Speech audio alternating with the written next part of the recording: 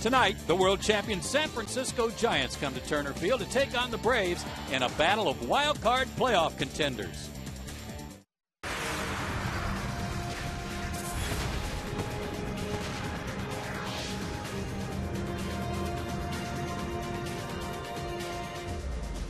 The heat wave may have given us a break here in Atlanta, but that doesn't mean things are going to be cool between the Atlanta Braves and the world champion San Francisco Giants, as tonight here at Turner Field we begin a 4-game series with the world champions. And all season long, Atlanta Braves baseball on Peachtree TV and Fox Sports South is being presented by Academy Sports and Outdoors, the right stuff, the low price. And let's take a look at the current wild card standings. The Braves right now 4 games in front of the Giants, 5 games in front of the St. Louis Cardinals, and the Giants come to town trailing the Arizona Diamondbacks by just 2 games out west. And good evening, everybody. Joe Simpson along with Tom Glavine tonight. Glad you're with us. And for the San Francisco Giants team, Tom, I think it's a little more of the same from last year. Good pitching, but not so much in the hitting department. Yeah, it really has been that case so far this season. Look, their starting rotation gets a lot of notoriety, and with good reason. They've been phenomenal. You see their numbers as a rotation. The starters there are second in the league in ERA. Relief ERA is first. Strikeouts per 9 innings first. But then you see the other side of the picture. Offensively has been a struggle all year long, and I guess the timely aspect of the hitting this year has been missing as opposed to where it was last year in the postseason anyway. So these guys have really been all pitch and no hit, and that's the way they're going to have to ride it into the postseason. And as you saw there, they've lost 11 of their last 16 games, and they have had a hard time hitting with runners in scoring position. We'll talk about that more as we get started. But one guy who hadn't had any trouble swinging a bat was Dan Ugley. He had his 33-game hitting streak snapped yesterday. We'll put a capper on that and look at some of the numbers associated with it, including that great catch by Barney yesterday when we come back.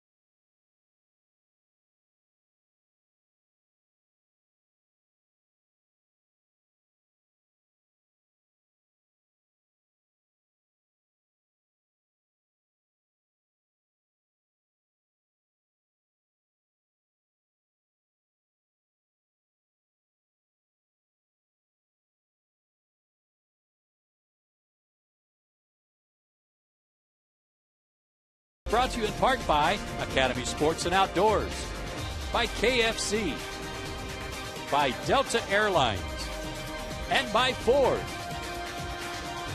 A very pleasant night for fans coming to Turner Field for the first of four between the Atlanta Braves and the world champion San Francisco Giants. Temperatures should be in the mid-80s. We're glad you're with us tonight. Joe and Tom back at the ballpark. And talking about Dan Uggla before we went to break, what a streak he was on. 33 straight games. Had it snapped yesterday, but it took some good defense to make that happen. Yeah, it really did. And the ironic part of all that was it was in a game where the Cubs played horrific defense all day long. But this play right here by Barney, the second baseman for the Cubs, was the one that really sealed the deal in terms of ending Dan's hitting streak. Just an all-out effort, stretched out as far as he could go, made a heck of a play, and unfortunately for Dan and for the Braves, that was the end of the streak. But you see some of those numbers there, and it really is mind-boggling to see some of the things that he did during the course of that streak. 65 different pitchers during the stretch, 15 home runs during the 33 games. That's some great damage. And only 3 right-handed batters with hitting streaks longer than Uggla's since DiMaggio's streak back in 1941. Well, he'll try to get one started tonight as the San Francisco Giants are in town with that terrific pitching staff. And Atlanta, who swept the Giants 3 games out in San Francisco, will try to keep that run going too. First pitch coming your way right after this.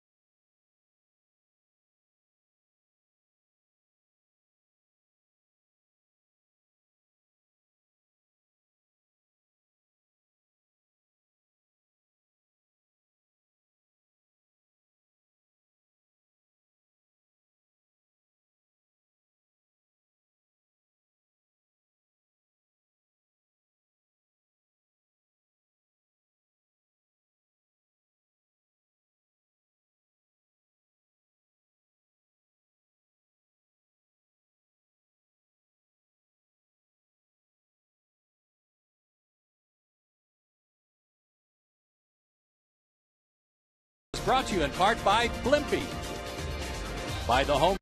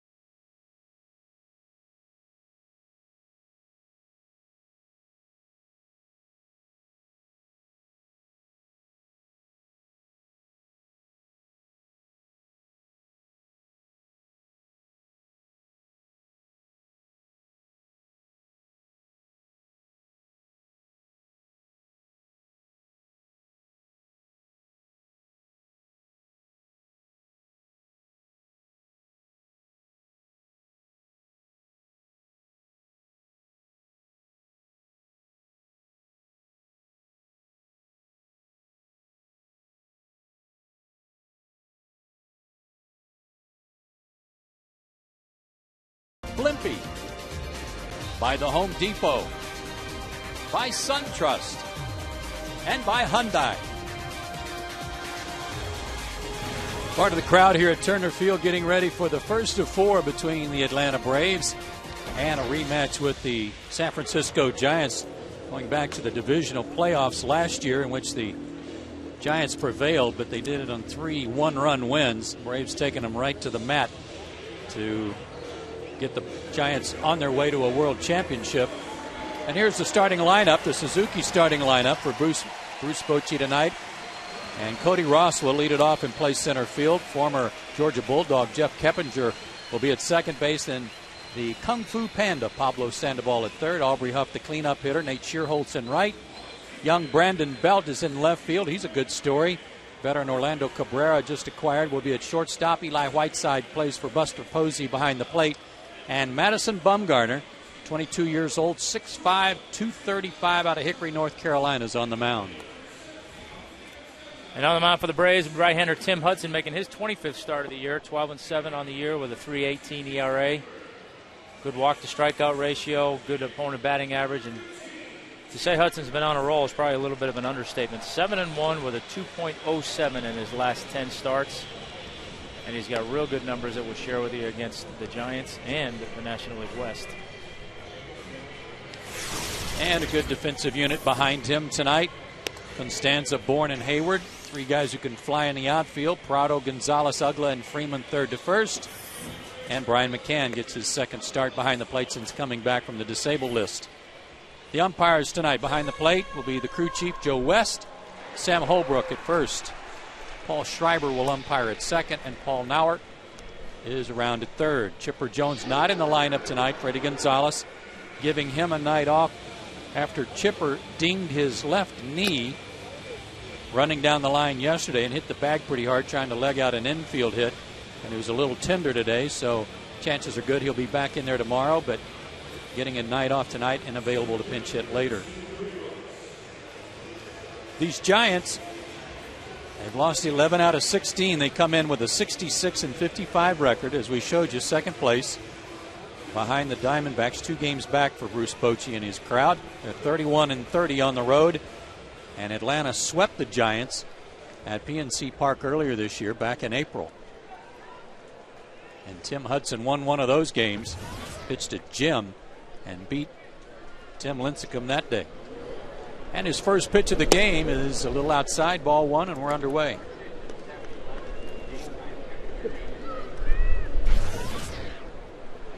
Cody Ross hitting .245, 9 homers.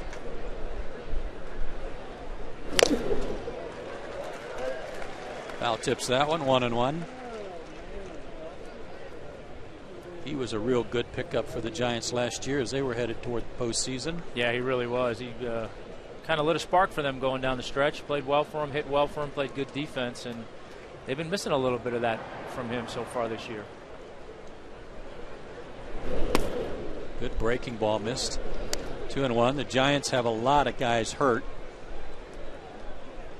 Anders Torres, their center fielder, regular center fielder, just placed on the DL with a contusion in his leg. Off the end of the bat, cued to Freeman, and he'll step on the bag, and there's an easy first out.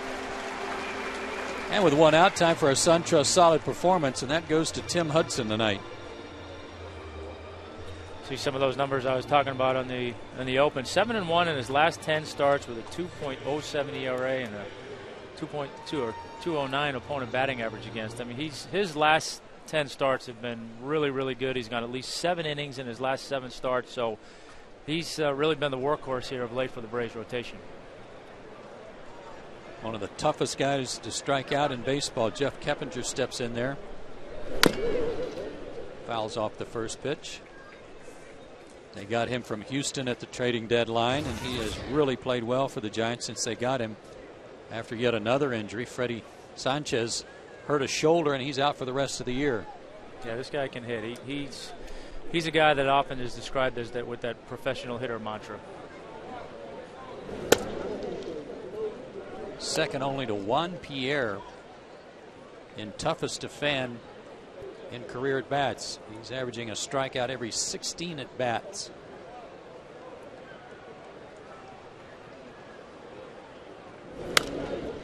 Out of play. It really is amazing, Joe. You talk about the number of injuries that this team has had to deal with. When you look at their roster and you look at a lot of the guys that are on there that they went out and got last year at the trading deadline, guys like Freddie Sanchez, and now they're not even on the part of the team in terms of performing. They've had to go out and get other guys on top of that this year at the trading deadline. To third, tough play for Prado. On the run, not in time. Keppinger beats out a swinging bunt.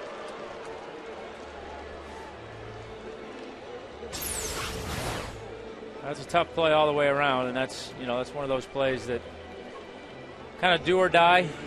You hate to make the comparison, but you always do. You wonder how Chipper would have handled that because he makes that play as well as anybody, but not much more Martin could do than that. Just Keppinger was able to leg it out by a half a step. And that'll bring up Pablo Sandoval, having a good year, hitting .310, 14 homers, and 30 pounds lighter than he was last year, which has helped him rebound.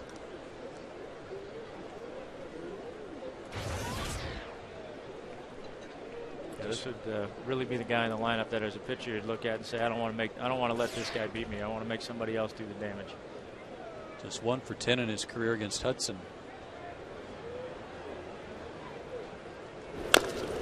Off his foot and in a lot of pain. He's got a shin guard on, but he missed the shin guard. You're going to have to get another one. A bigger one. That's just what the Giants needed. Yeah, with all the guys they've already got hurt. Right off the top of the instep, it looked like. And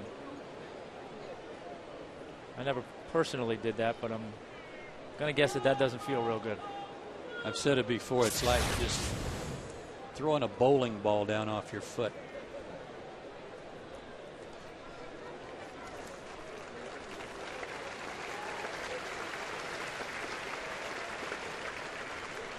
Pat Burrell's on the disabled list with a bad ankle. Miguel Tejada, their shortstop's on the DL. You know about Buster Posey. He's out for the year with a broken ankle.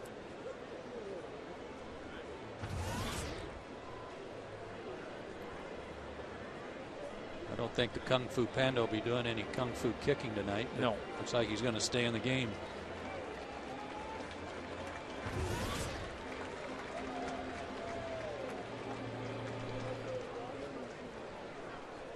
Well, after something like that, I'm sure he's going to hit a ground ball that he's going to have to run as hard as he can to either leg out a hit or break up, stop a double play. So we'll see how that goes. You got to figure Huddy's just going to drop that slider down and in again, too. I would think so, yeah.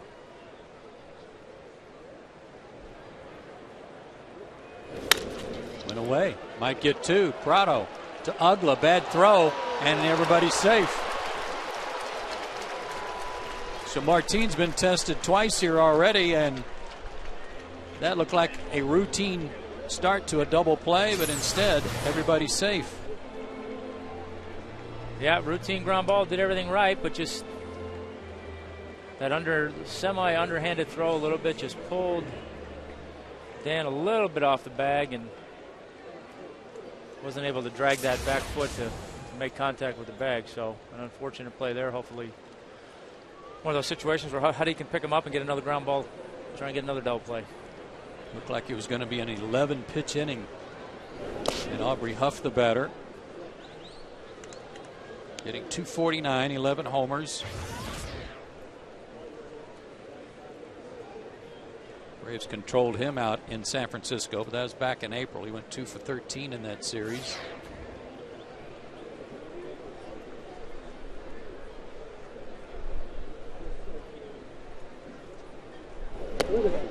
Good breaking ball.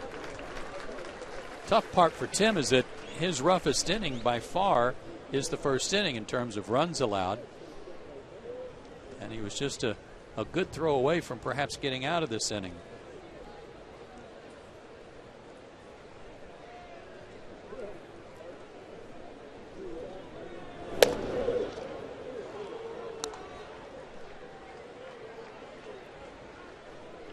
Oh, there you see in his first inning, 17 runs allowed, 14 earned and 24 starts. So, like I say, he has had some problems in the first inning. A lot of those were the first half of the year. He seems to have corrected that problem, but he's thinking nothing more than try to pick up Martine and get another ground ball.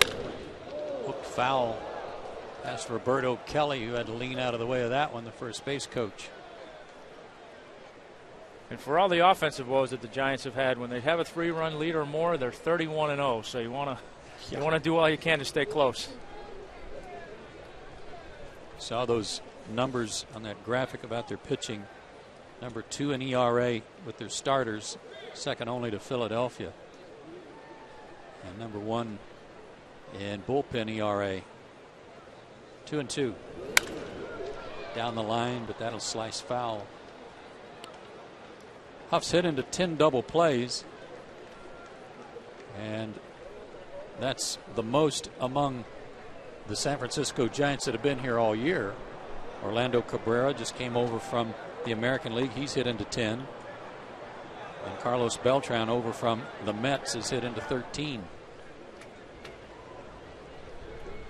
Beltran out, not on the disabled list, but he's got a sore hand and wrist. What, 6 straight games now, I think it is? Yes.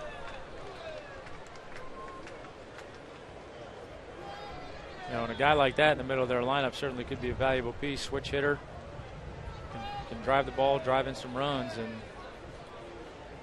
they're going to make a serious run at this thing, whether it's the wild card of their division. They're going to need some production out of him going down the stretch.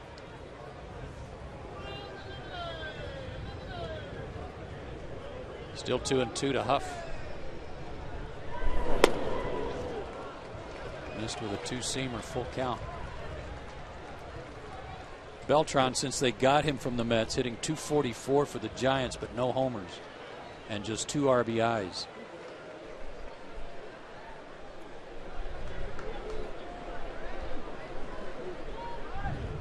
Full count. Runners go. Popped up. Prado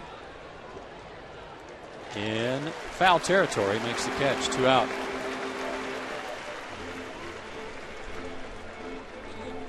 Martin was charged with an error on that throw that pulled Ugla off the bag.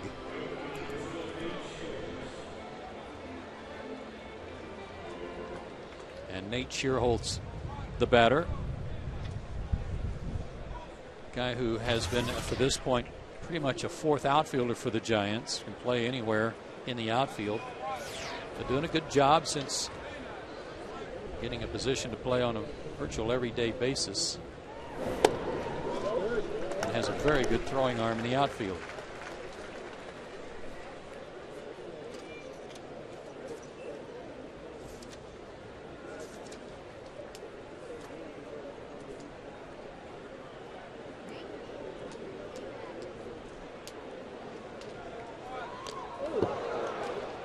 That hit him, and that'll load the bases. Shearholtz hit by the pitch, and Tim Hudson leads the Braves in that category. Looked like a slider, maybe a little cutter that just broke a little bit too much and caught Shearholtz on the leg. And bases loaded, 2 outs. I'd like to have that double play grounder back and try again. Yeah, me too. Not only from the standpoint of the inning being over, but it's another 11 pitches that Huddy's had to throw and still not out of it. This is Brandon Belt, big, strong first baseman outfielder. Had his first career multi-homer game yesterday in Florida. Started the year with the Giants, sent down to Fresno, hit .309 there, and just recently called back because of the rash of injuries. That one got in on him. Shallow center, Michael Bourne puts it away. So about 12 extra pitches for Hudson, but he leaves them loaded, and we go to the bottom of the first.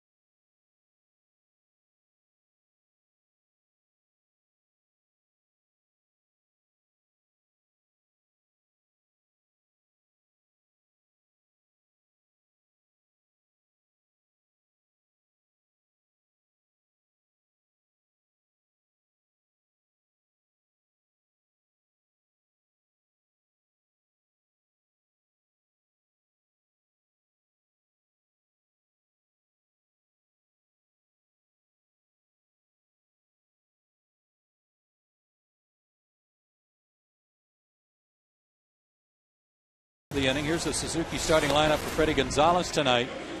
And, of course, it'll have Michael Bourne at the top of the order, then Prado and McCann. Uggla batting cleanup. Freddie Freeman in there at first base. Then Hayward, Gonzalez, Constanza, and Hudson against Madison Bumgarner. Left-hander Madison Bumgarner on the mound for the Giants today, making his 25th start of the year. 7-11 on the year with a 3.5 ERA. Outstanding walk-to-strikeout ratio, 33 to 134. And another guy, don't let that record fool you. Started the season 0-6 with a 4.25 ERA, 7-5 with a 3.23 over his last 16 starts. And by all accounts, that 0-6 start was not much of his doing. Didn't get any run support, not much defensive help, and really is one of the up-and-comers in the game. Big three-quarter delivery from the big 6'5" left-hander, and already a change. Sandoval is out of the game, and Mike Fontenot has come in here in the bottom of the first to play third base after Sandoval hit that ball off his foot. Michael Bourne sends one to left and pretty deep. Belt going back, and he'll make the catch, backpedaling onto the warning track. And the wind blowing straight in from left field, and that ball was hit pretty well. One out. Bumgarner, like we talked about with Huddy's, had some first inning issues as well. In his 24 games this year, he's allowed 18 runs in the first inning.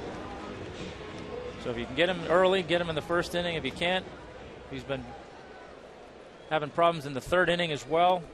And everything else has been pretty darn good. And as you mentioned, outstanding control as Prado steps in. Martin 2 for 14 in the Cubs series. Takes a strike. But still hitting .275 overall with 11 homers.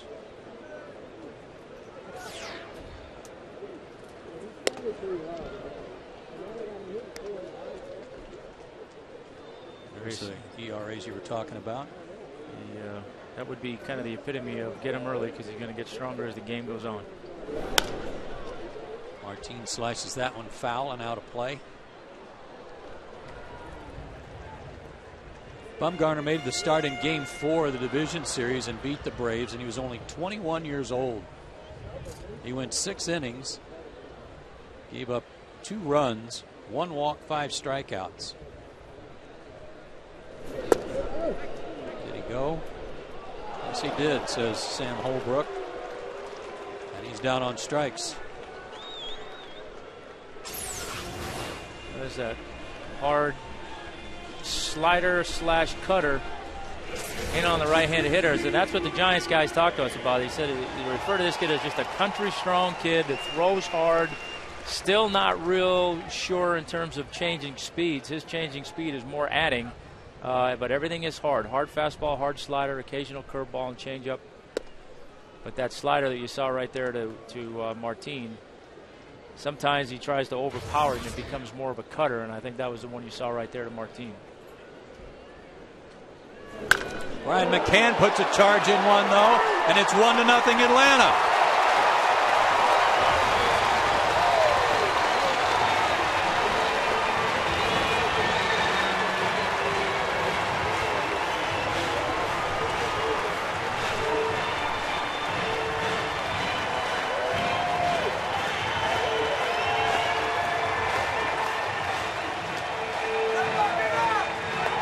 First home run of the year by a left-handed batter off of Madison Bumgarner. Looks like he tried to go fastball.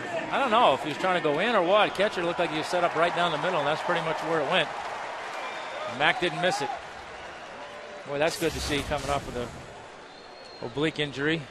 No problem letting the bat go on that one. He was 0 for 4 yesterday, so that makes him feel a little better. And here's Uggla, hoping to start a new batting streak after an 0 for yesterday. Well, the thing I love too hearing about it was, he obviously talked about how much fun he had during the streak, but yesterday was all about losing the game, not ending the streak. That's off his foot. As he tries to shake it off, here's our Delta Airlines on deck, and that's Freddie Freeman's work against the National League West this year. Well, he's a California boy, right? Yeah. So he feels at home against that division. Come to think of it, he had a pretty good series in Anaheim against the AL West, too. Well, that would have done wonders for his career if he was here in the late 80s and early 90s when the Braves were in the Western Division.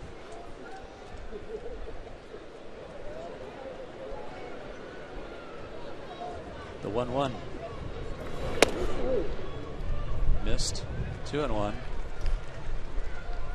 You know about Uggla's 33-game hitting streak, but you can actually go back a little bit further. He's hit in 36 of his last 40 games overall. That's a .338 mark over those 40 games.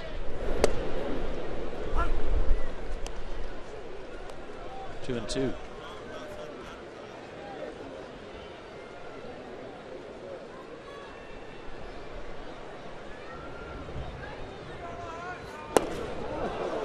Went around on a ball that was about to hit him in the kneecap.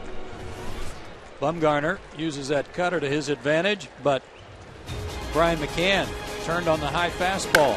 1-0 Atlanta.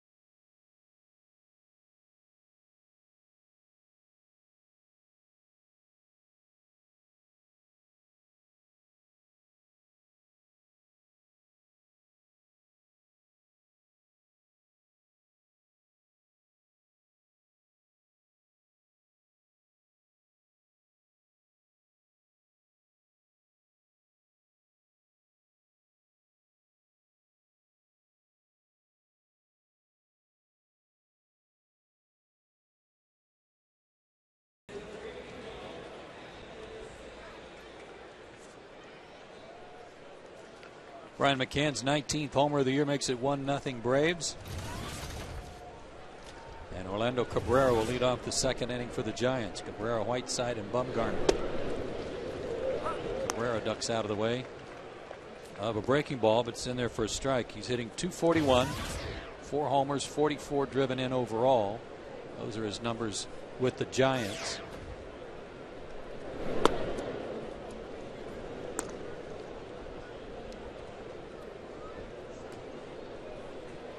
Seems like that he's that guy that every year gets traded around the trading deadline to a contender.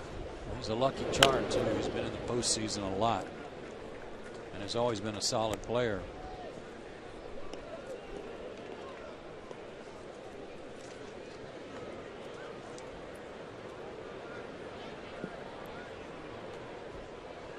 Last year was with the Reds. A solid contributor to their run to the postseason. Fights that one off into shallow right, and it'll drop in front of Jason Hayward, and he leads off the second with a single. And with a runner at first and nobody out, time for our AT&T U-verse trivia question. Get ready, Tom. Okay. Since Tim Hudson's major league debut in June of '99, only one pitcher has recorded more wins than Hudson. Who is he? Wow, only one guy.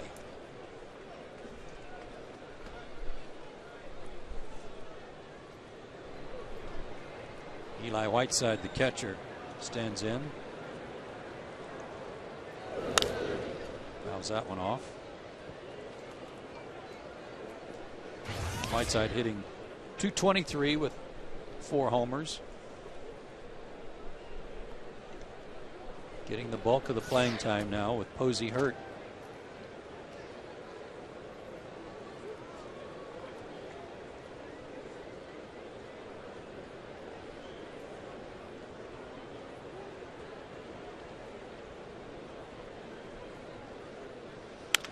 Up the middle. Gonzalez handles a bad hop, makes the toss, double play. Talk about some good hands. 6-4-3.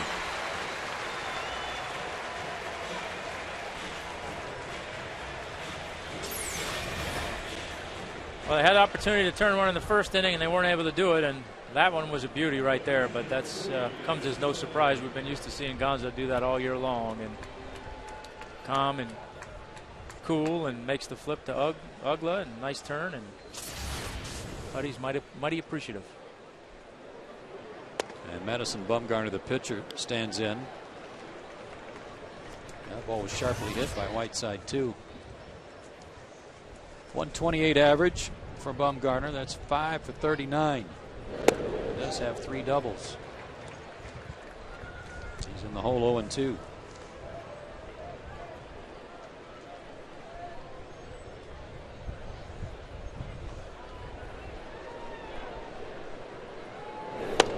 And he struck him out. 9 pitches in the second inning for Tim Hudson, thanks to the double play, and we go to the bottom half of the second.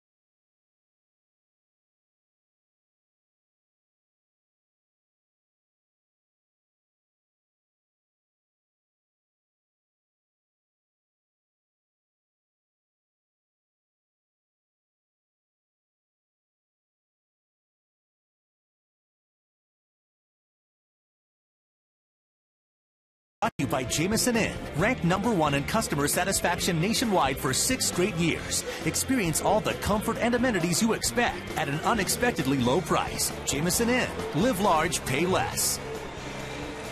And here's tonight's Jameson Inn upcoming schedule as the Braves host the San Francisco Giants for the next 3 nights. Peachtree TV and Fox Sports South will carry those 2 games. Sanchez and Delgado. Randall Delgado makes his second start tomorrow night. Matt Cain and Jair Jurgens Wednesday. Then back on Sports South Thursday for the wrap-up. Tim Lincecum against Mike Minor. Freddie Freeman just out of the reach of Cabrera and a leadoff single for Freddie Freeman.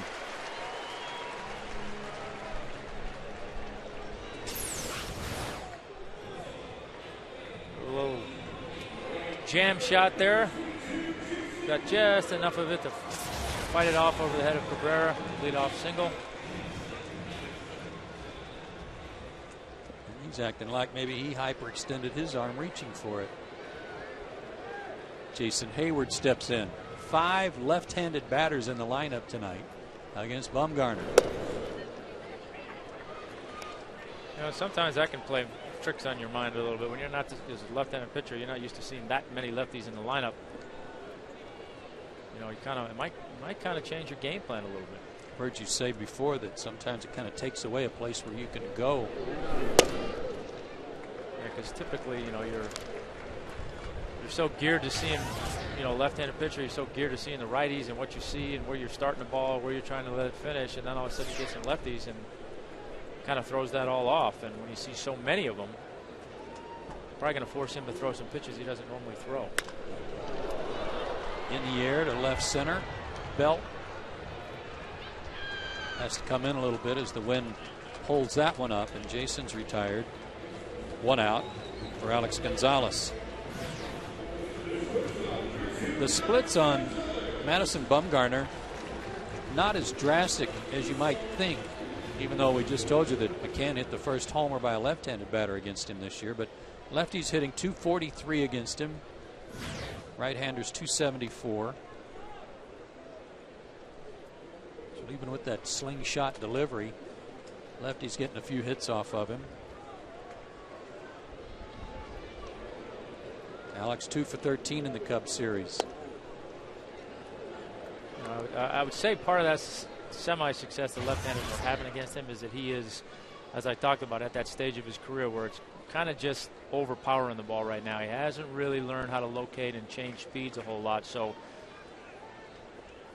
you know, judging from the pitch that McCann hit out of the ballpark, the pitch that Freddie Freeman hit for a base hit, looks like he tends to miss location a lot. And if you're doing that, then you're obviously giving the lefties a little bit better chance to see the ball and get a base hit.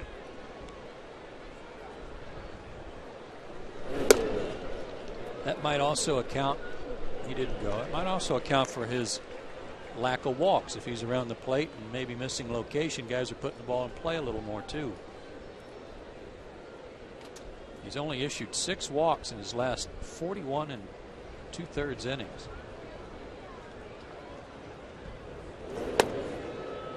But that's 3-0.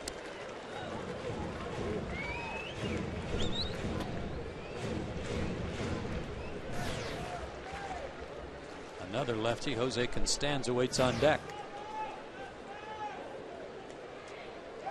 See if Alex is hacking away.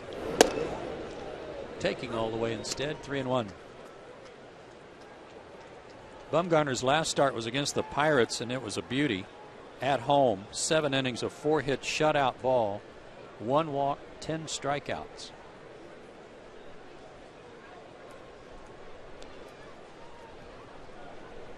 Runner goes. 3-1 pitch, foul back.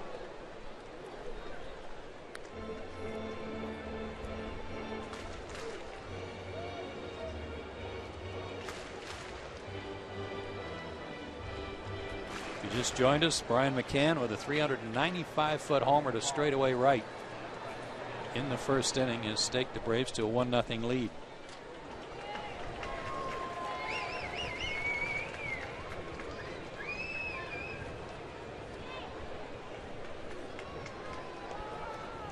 Freddie's going. He's going to draw a throw first.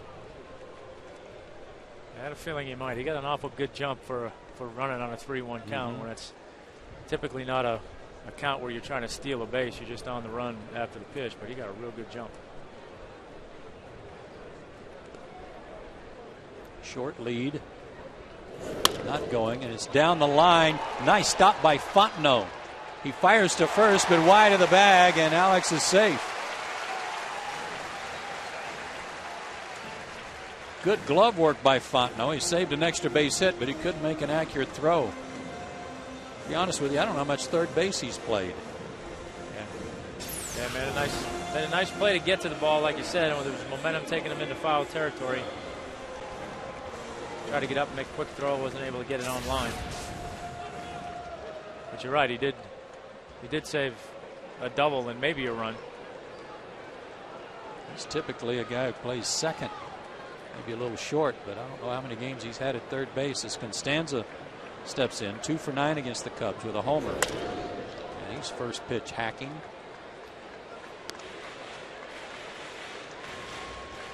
His average now at 382. 5 games we're saying that Fontenot's had at third base. Okay.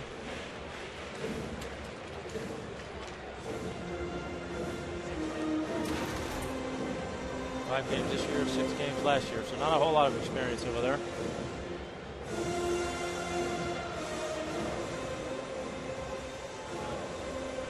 Constanza yesterday, a base hit and a walk, his first 2 at bats, and stole a couple of bases and scored twice.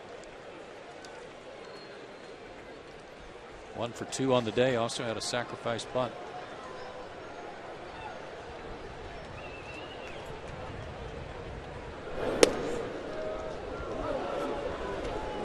Don't know about that one. That looked a little wide, but called a strike by Joe West.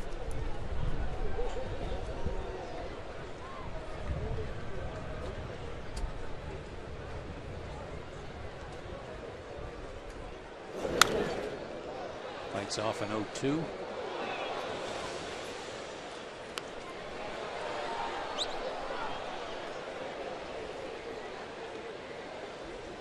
Constanza with just 5 strikeouts and 55 at bats.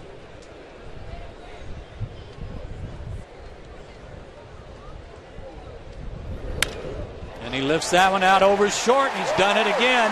Freeman's going to be waved home as the Giants can't decide who's supposed to pick the baseball up in the outfield. Cody Ross and Brandon Belt pulled off their Alphonse and Gaston act. I got it, you take it. 2-0 Atlanta. RBI base hit for Constanza. Well, the 2 strikes, trying to get that slider down and away, and doesn't get it there. And Constanza did a nice job of staying back and fighting it off. And yeah, Cody Ross kind of played that. I'm kind of going to take it. No, wait a minute, I'm not. And heads up base running by Constanza to get into second base. So runners on second and third now. And Tim Hudson with a chance to help himself. He's got 4 RBIs on the year, and as you know, a home run included in his list of hits. 7 for 50.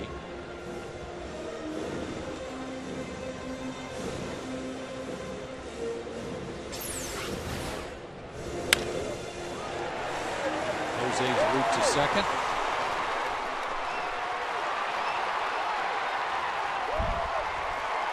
Doesn't take much of an opening for him. I was going to say, when you got that kind of speed, all you need is a little crack.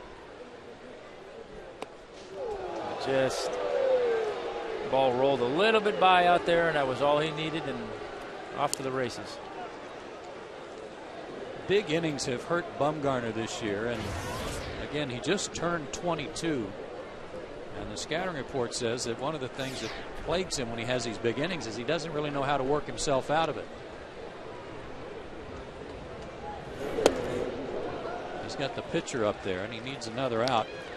Good breaking ball makes it 1-1. Well, I think typically what happens with young guys in these instances is, you know, you talk about changing speeds. Their mindset is not to change speeds by subtracting velocity. Their mindset is, I'm going to throw the next pitch harder than I threw the one before that. You know, and you've seen it already tonight where we've talked about missing location, and when you get in these kinds of situations, you better be making good pitches and hitting your locations, because if you don't, guys are going to put good swings on it, guys are going to fight them off on 2 strikes, and you're going to create opportunities that you don't want to be creating.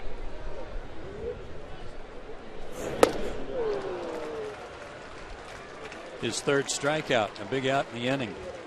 Now, if he can throw that pitch right there to any right-handed hitter, they're going to have a tough time hitting.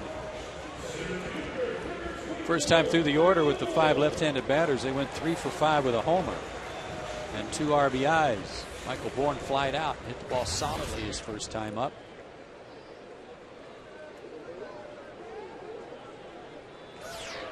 Second and third, 2 out. Well, again, you know, getting back to my point, the report on him was against right-handers, he loves to pitch inside, and that slider/cutter is a big pitch for him.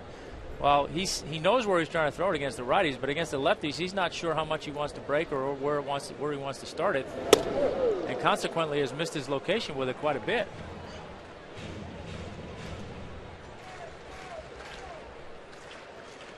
And the flip side is that, generally speaking, guys always struggle more getting the ball to their glove side, so he really doesn't have the element of pitching in a lot against the lefties. So he did right there. Tough play. Huff, foot race. And Bumgarner wins the race. And the inning is over, so he limits the damage to just 1 run. Braves have 3 hits and leave a couple. And we go to the 3rd inning. Atlanta up by 2.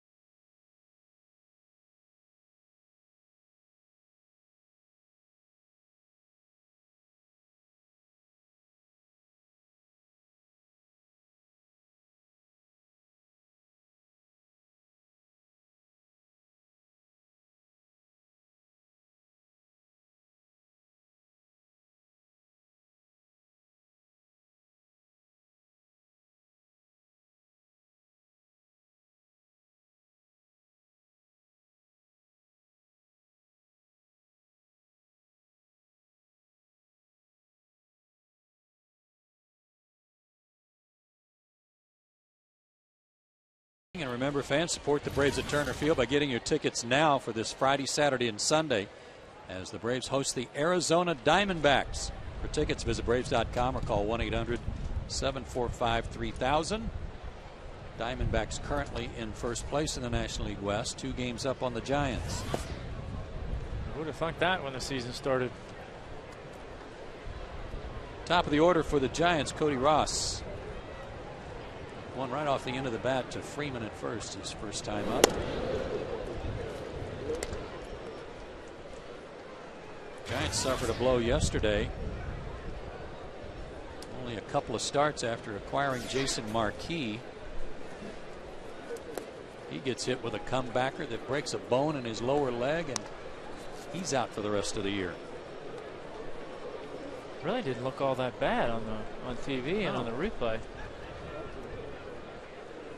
He tried to stay in and then threw a pitch and hit a batter and went to the ground. Hot shot to short. Alex has it, 1 out.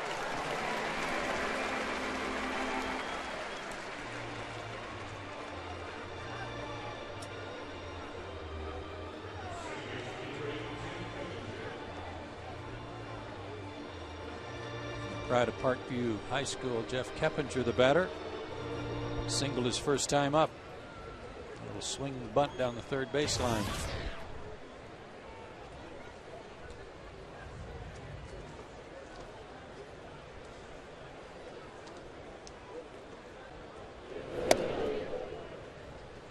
Coming into the game after he was picked up by the Giants, he's hit .276 for them with a homer and 3 driven in.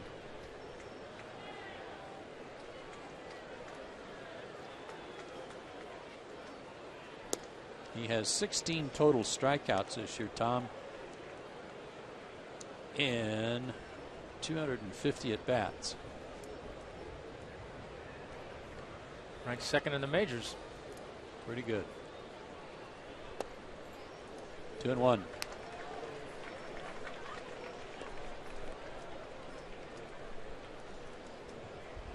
Mike Fontenot is on deck. Remember, if you just joined us, we'll give you a heads up on that. But Pablo Sandoval hit a ball off his foot in his first at bat.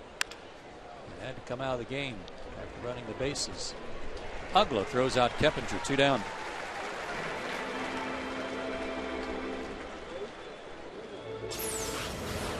That's what happened in the first inning. Slider cutter in on the hands, and Sandoval got the head of the bat out, but drove it off the top of his foot and ran hard on a ground ball and had to stay and run on the bases a little bit. And apparently when he got it back into the dugout, it didn't feel so good. So not an unwelcome sight for the Braves. No. Fontenot hitting .211, a couple of homers.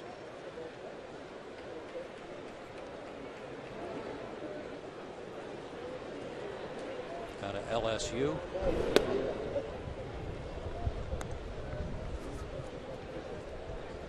Two 2-0 the count.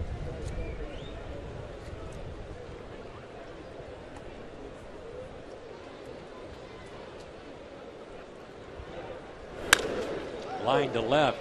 And Stanza got a great jump on it and snags it for the out. Another 1-2-3 inning for Tim Hudson. Another 9-pitch inning. We go to the bottom of the third.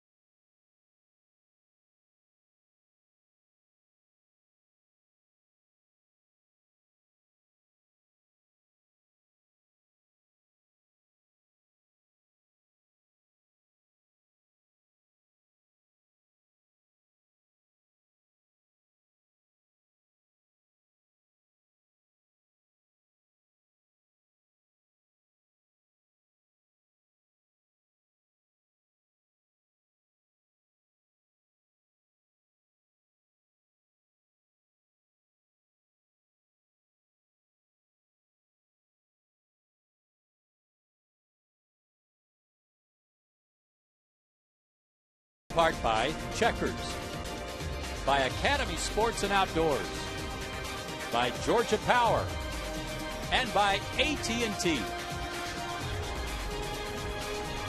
Joe and Tom with you at Turner Field, where the Braves lead 2-0 over the San Francisco Giants in Game 1 of a 4-game series. Martin Prado struck out his first time up and takes ball one.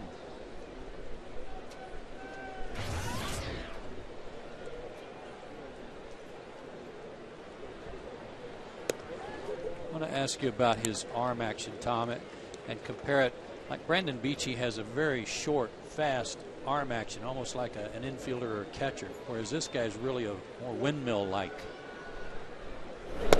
Yeah, kind of long coming out of his glove, kind of 3/4, but keeps his wrist on top of the ball pretty well. So I mean, there's a lot coming at you as a hitter. You know, I think that could be part of the reason why he's, you know, struggles a little bit with the command of his off-speed stuff. But, you know, all in all, not a lot to critique right there. I mean, he's solid position, strong, good velocity. Line to right. Shearholtz got a good jump, and he hauls it in, one out. But I would guess that because of that long action, that if he loses that slot at all, he's in a world of hurt. Yeah, I mean, and it's where it's 3/4, obviously that part of it, if you lose, then you're going to lose location because the ball will run on you a little bit. And then being 3/4, he's still, like I said, is pretty good at keeping his wrist on top of the ball. If he loses his wrist angle at all, that ball is going to fly on him. So there's some pieces that can go wrong. Ryan McCann hit one about 1.5 miles his first time up and tried to hit one 2 miles with that swing. You know, but I think more than anything, like we've talked about, being a young kid, he's going to learn over time how to take a little bit off, how to put a little bit on when he wants to, and not just always be trying to overpower the ball.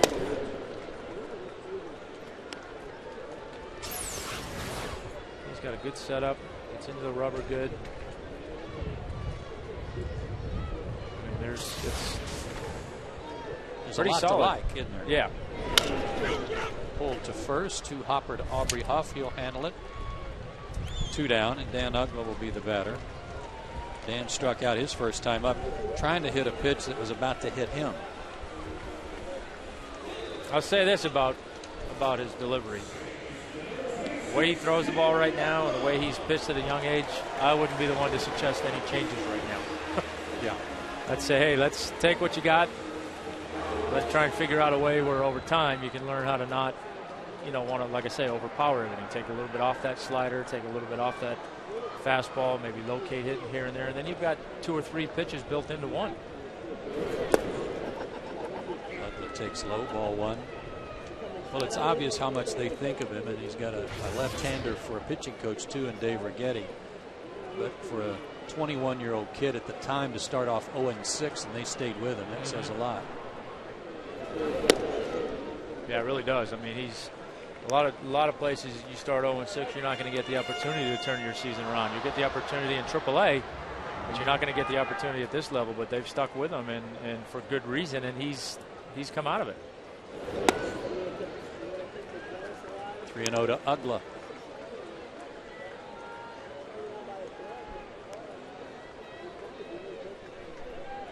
Dan looking for his first hit off of Bumgarner. He's 0 for 5 with a walk. And takes an inside strike. 3-1.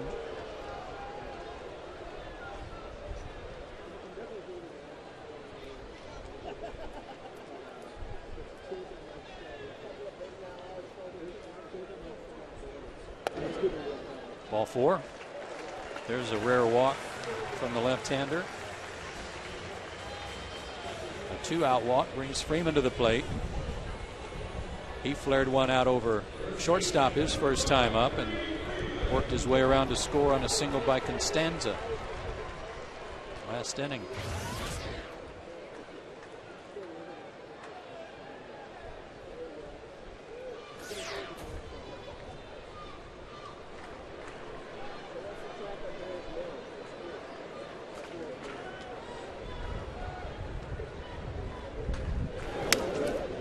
By the way, for Constanza, that's 9 RBIs now in 56 at bats.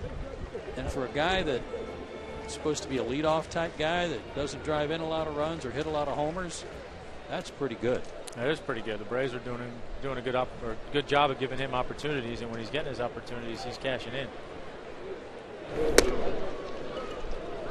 Freddie didn't like that call. 0-2.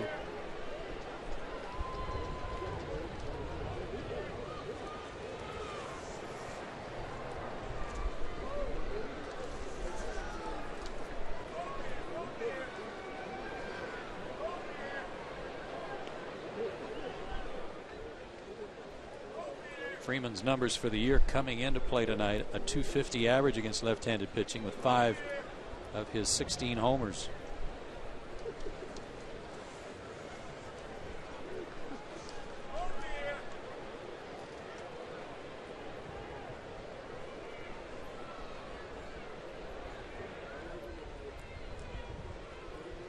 Bumgarner steps off, wants to go through the signs again with Whiteside.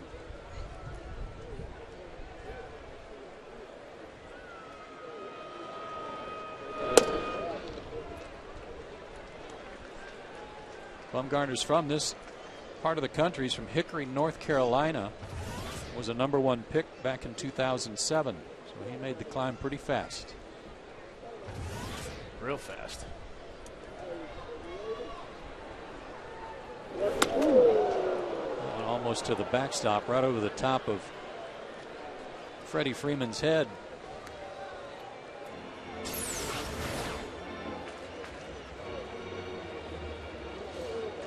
See, and you know, that's one of those instances. I'm not a huge fan of trying to go up in the strike zone to get somebody to chase, and particularly for a guy like this. I mean, he hasn't really shown that he's going to hit his spots all the time with his fastball, and now to be asking him to elevate on purpose, tough thing to do. And if he can come back with that pitch, especially when he's doing that. His fourth strikeout. Braves leave a runner. We've completed 3.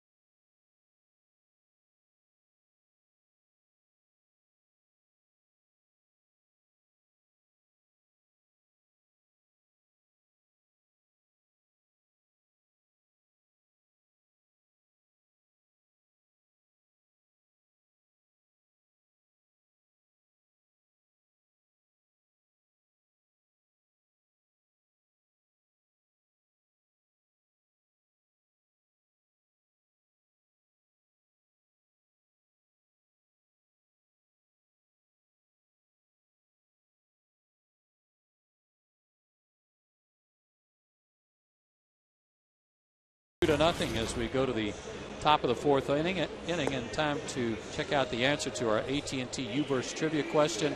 Who's the only pitcher to have more wins since Tim Hudson made his major league debut in June of '99? I'm thinking CC Sabathia. I'm with you. That's the only one I can think of. Well, how do we not think of that guy?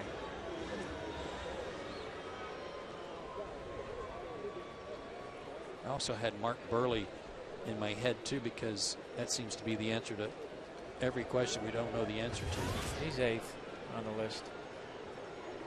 Halladay, Huddy, Pettit, Sabathia.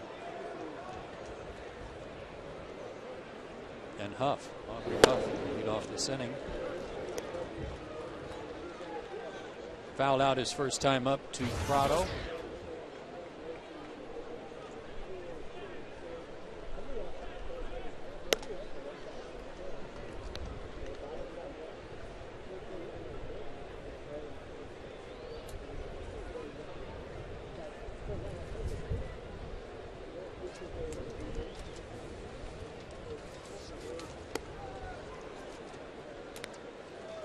Huff's got some interesting numbers in his career.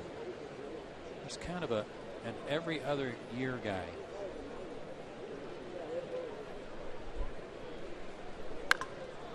Makes that one way foul.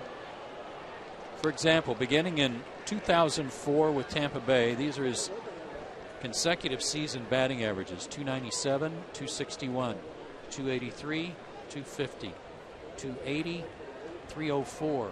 Then down to 253, and last year back up to 290 with the Giants. A little bit of a roller coaster.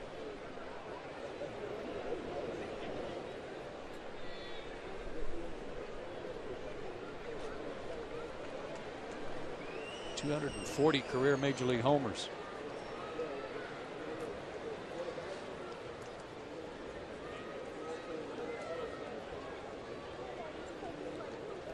Just because McCann wouldn't put the finger down that Tim wanted?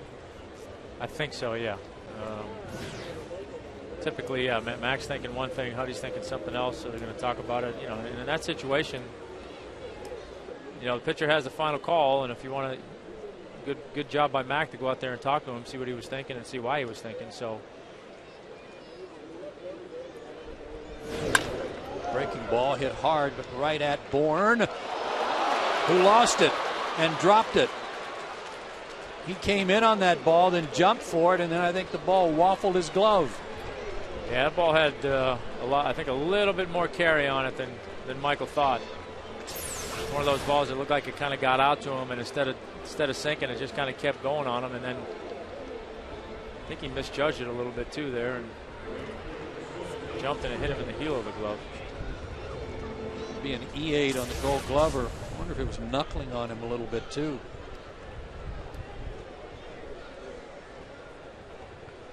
Whatever happened, you don't see it happen very often to him. Nope.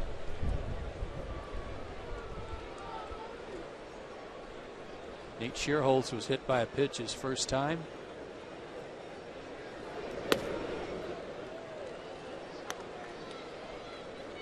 Braves already with 2 errors tonight. They came in climbing up near the top of the league in defense. Yeah, you put the whammy on him. I mentioned that. Well, it worked for the Cubs yesterday.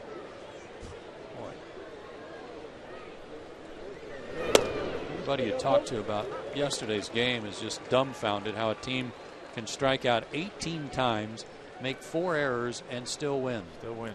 I mean, it's just, you know, it's I think one of the craziest games that any of us that have been around have seen in a long, long time. Like you said, it just doesn't, nothing about that says Cubs win. Oh. Just a little low, 2-1. I mean, if you asked 100 people, say, hey, take a look at this line score and tell me who won the game. Right. You know, I think the only people you'd say, hey, the Cubs, just because they'd think it was so ridiculous to look at it that they'd go against the grain.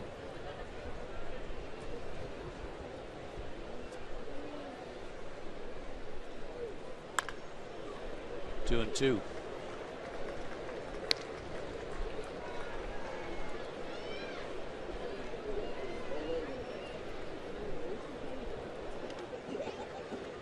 The struggles for the Giants offense really magnified when you look at total runs scored for the year. 416 runs total.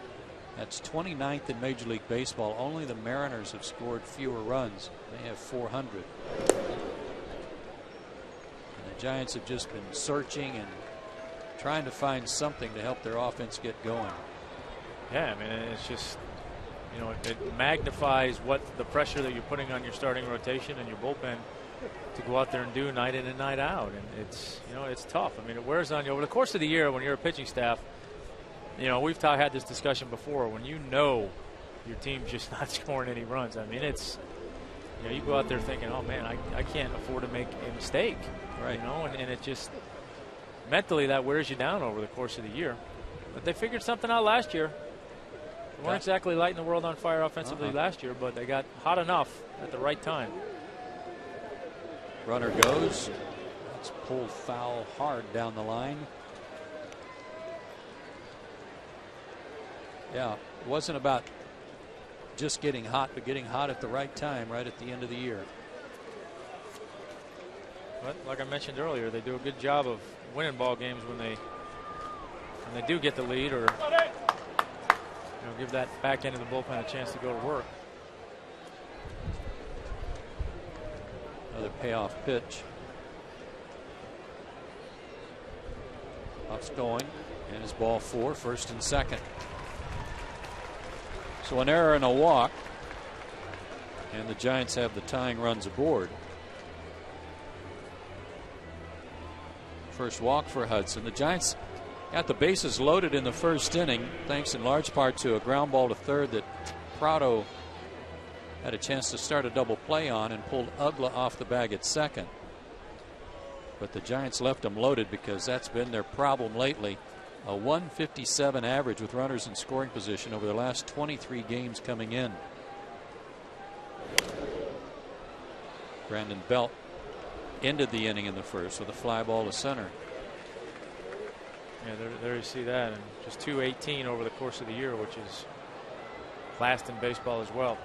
And 2 outs and runners in scoring position. I mean, that's you know, if you're not going to score runs, that's one thing. But if you're not going to occasionally get the timely hit here and there to even to score that one run or whatever, I mean, that just makes it even harder. And like you say, with this pitching staff, it's not like they need a lot of runs. No, I play for one early. They are 8 for their last 70 with men in scoring position.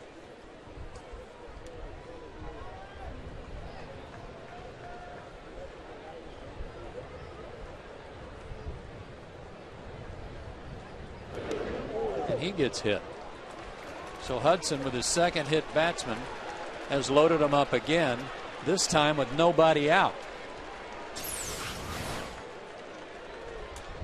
It looks like that slider is just kind of, I don't know if he's getting around it a little bit or trying to throw it too hard, but it looks like it's just breaking more than he's planning on it breaking. And it's the second guy that he's plunked in there like that. And it looks like, you know, Max kind of set up on the inner third, inside corner, but that ball just keeps chasing that left-hander all the way into the batter's box. There's another good contact hitter in Cabrera, who singled his first time. Braves up 2-0, but in trouble here. And Cabrera gets knocked to the seat of his pants.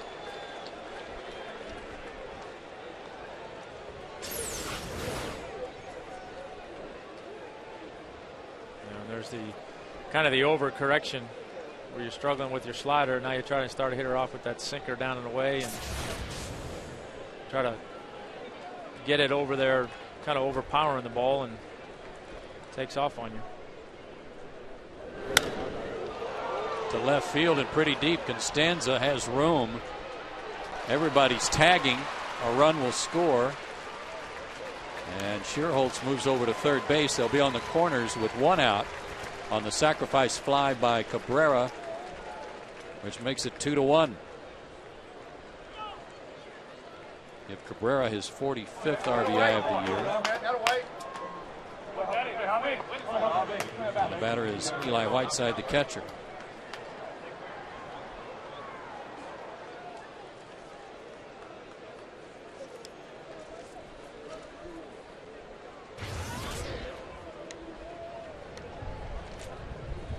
Braves still will play for a double play up the middle. Runner goes, fly ball to center. Is it deep enough to score the run? Shearholtz has good speed. Bourne has it. The throw to the plate, not in time. Another sacrifice fly ties the game and give Whiteside his 15th RBI. And that leadoff error on the line drive to center really set the stage for all this. Yeah, it really did. Kind of creating their own jam a little bit there, like you say, with the error, the hit batsman. Still no base hits with runners in scoring position, but managed to get the ball deep enough into the outfield for sacrifice flies. They don't have a hit in the inning. They got 2 runs. An error, a walk, a hit batsman, and 2 sac flies.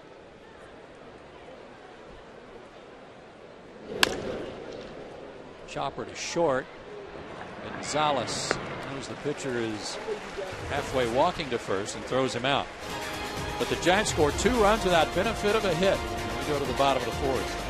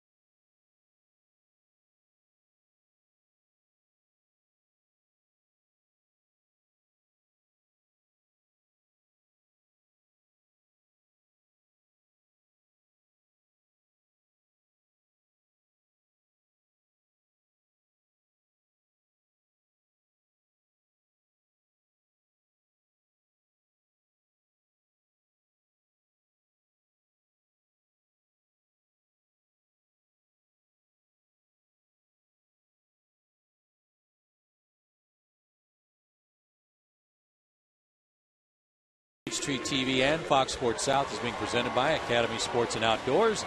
The right stuff, the low price. Going to have to start all over. Bottom of the fourth, tied now at 2.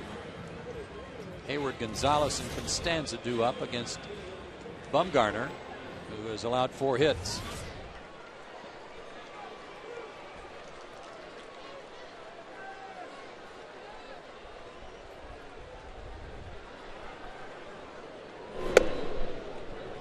Hayward flied to left his first time.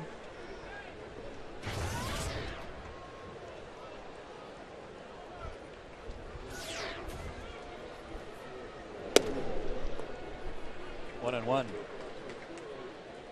Another example of the lack of run support for Bumgarner, even though he's been brought back even here. Is that tonight marks his 25th start. 8 of his first 24, he got no runs. Tough to win that way. 8 out of his first 24.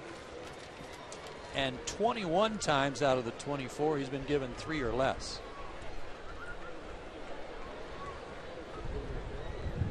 Tough to keep your head screwed on straight when you know that's happening, like you said, Tom. Pull to the right side, and Keppinger will throw him out. Hayward down. 1 out in the fourth. And Alex Gonzalez comes to the plate, and he's the subject of our Zaxby's indescribably good play. Indescribably good play in that ground ball double play that he turned. But I mean, it almost becomes like ho hum. You know, you watch him do it all year long, and just had a phenomenal year defensively for the ball club, and just so much fun to watch. He's just so smooth, so calm and confident in his ability to get to the ball no matter where it's going and how it bounces. It's a good example too of what infielders are taught about keeping your glove down, and then if you get a bad hop, it's easier to react if the ball comes up than it is to try to stab down at the ball if your glove is already up off the ground.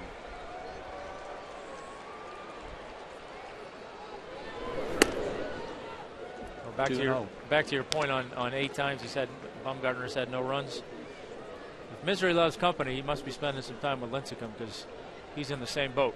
2 of them are tied with 8 games in which they've had no runs.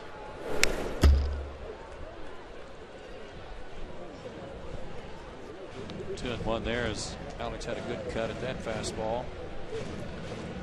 Right, that's where your offense or a smart aleck somebody will come in the locker room one night and say, hey, you know, it's not against the rules to throw a shutout and hit a home run. So, you know. Huddy had to do that once this year already. I remember one time I was going through a little bit of a stretch like that. Not that bad, but when Warren Spahn happened to be in the clubhouse, and that was what he said. He said, hey, go out there and throw a shutout and hit a home run. You can't lose that way. He might have done that a time or two. Yeah. Popped up. Tough to see this time of night, and the wind blowing. Cabrera chasing it and makes the catch.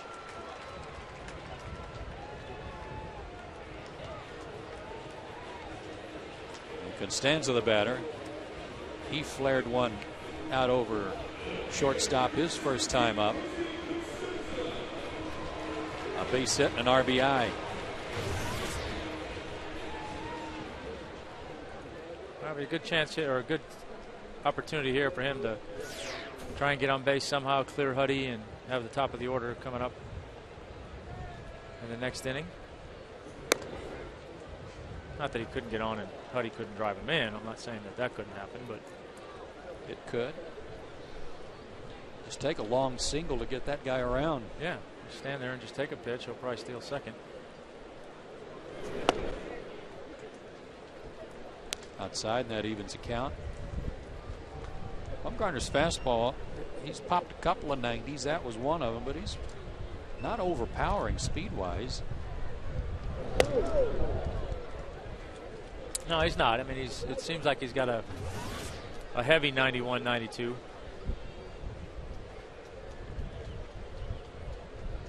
But I think that 92, 93 will look a lot better as he gets his off-speed stuff a little bit more consistent. Larry Parrish said before the game tonight that Bumgarner and Jonathan Sanchez, who pitches tomorrow, are a lot alike.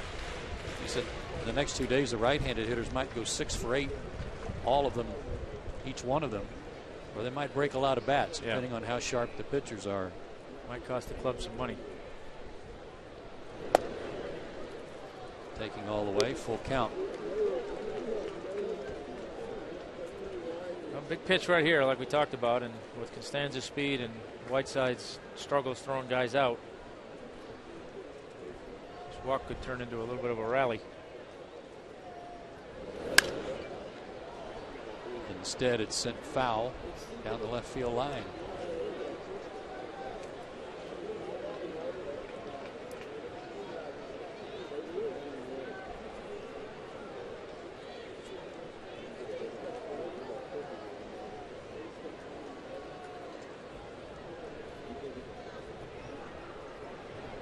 Payoff pitch.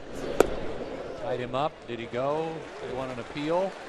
Did not, says Paul Nauert, and there is the walk. His second of the night.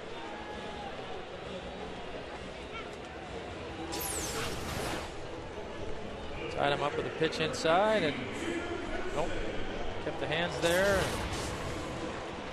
never swung the bat. Good call. Well, now we'll see what we can do here. Base runner has been successful 76% of the time against Whiteside, so I'm sure Costanza knows that.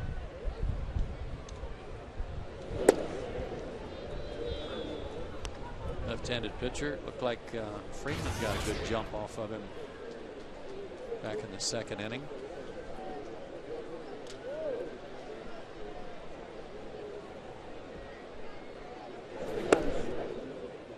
Now in this situation too, you're obviously going to be a little bit cautious because you don't want to get picked off and have Huddy have to lead off the next inning. But if there's anything that he sees in Bumgarner's delivery that gives him an idea, he's going to try and take advantage of it.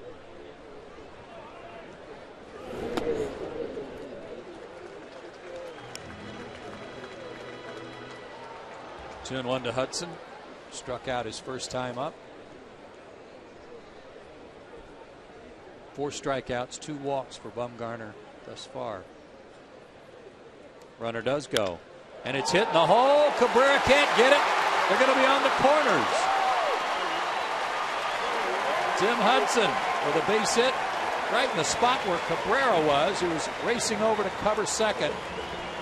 And Michael Bourne will bat with runners at first and third and 2 out. Well, and it's like we've talked about so much now with the addition of Michael Bourne and Costanza to this lineup, where something as simple as a walk all of a sudden can become a rally. And you know, next thing you know, Costanza's on the move. Huddy puts the ball in play, and we got first and third with 2 outs. And what started out as a nice little ho-hum inning, now all of a sudden is turning into a little bit of a stressful inning.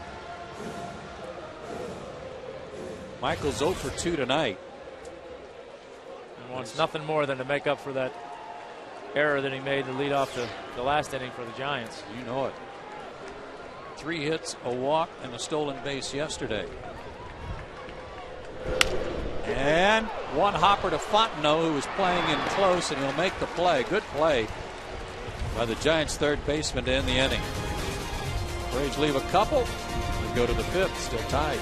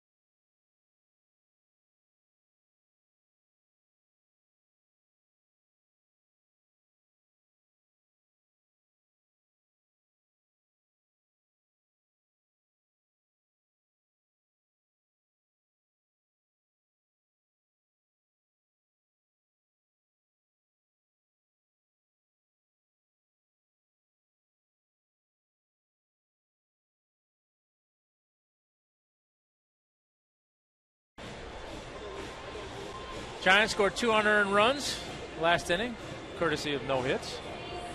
McCann a solo home run in the first, and Jose Constanza an RBI single in the second. Accounted for the Braves runs, and here we go at the top of the fifth and a 2-2 ball game.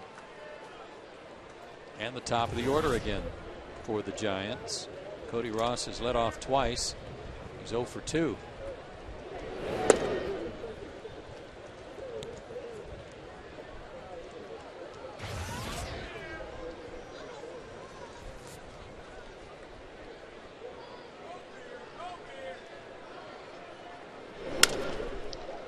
Middle, but right to Ugla, his former teammate, who throws him out.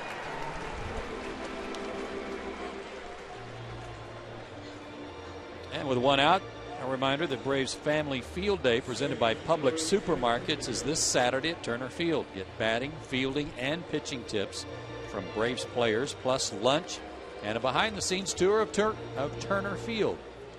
Visit Braves.com/Field Day or call 404-494-1020 today. That's a nice deal. I was gonna say, it sounds like a fun day. Little clinic. Keppinger the batter, 1 for 2.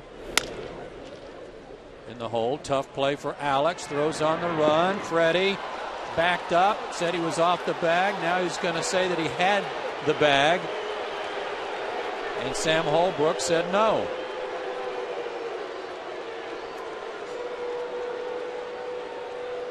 I gotta be honest with you. I don't know, but there's so much going on over there. It's hard to tell for the umpire. He backed up to get that hop, dragged his foot across the bag, and Freddie's right. He had it. Keppinger took the tumble. I don't know if he had it when Keppinger's right foot hits the corner of the bag. I don't know. I thought he was safe.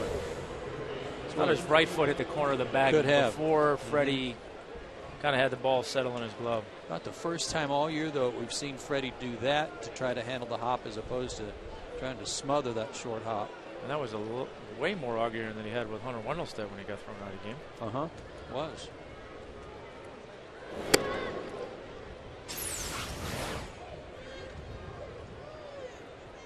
Right foot get the bag. Yeah, it's on the bag right there. Looks like it did, and the ball not in the glove. Good pickup, Tommy, and a good call by Sam Holbrook. Even though his signal was that Freddie was off the bag. Yeah, it was fancy footwork, no question about that. Like I say, you don't typically see a first baseman go across the bag like that on a bounce. It's usually that throw that's a little bit higher and up the line where they're trying to buy themselves a little bit more time to stay on the bag. Dangerous play. It's ruled a base hit, and Fontenot was trying to bunt for a hit and came up empty. He lined to left his first time up after coming in the bottom of the first inning for Pablo Sandoval, who was injured when he hit a ball off his foot. Kung Fu Panda got KO'd. Yes, he did.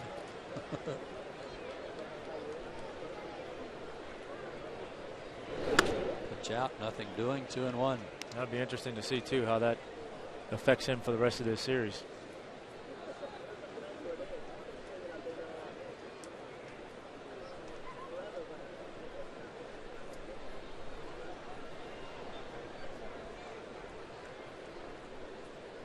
Hudson hoping to get a ground ball and another double play. He's had one turn behind him tonight. It falls behind 3-1. Yeah, he looks like he's been, I don't know, the last inning it looked like he started going through a little spell there where he wasn't quite as sharp or wasn't quite as sure of his location as he was earlier in the game, and it seems to be continuing a little bit here this inning. Looks like he's getting a little frustrated with himself that he's not able to find his spots as consistently as he wants. Runner goes. Fly ball lifted into shallow right center. Hayward calls for it. Takes a look at Bourne and makes sure he's not in the area. Makes the catch. 2 out.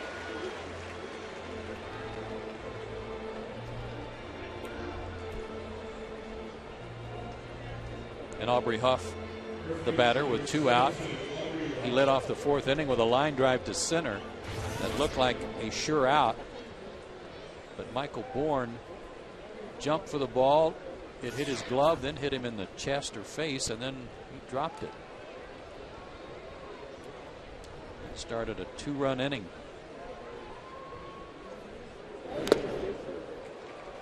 Love that pitch. Good pitch right there. I mean, you just can't do anything with it.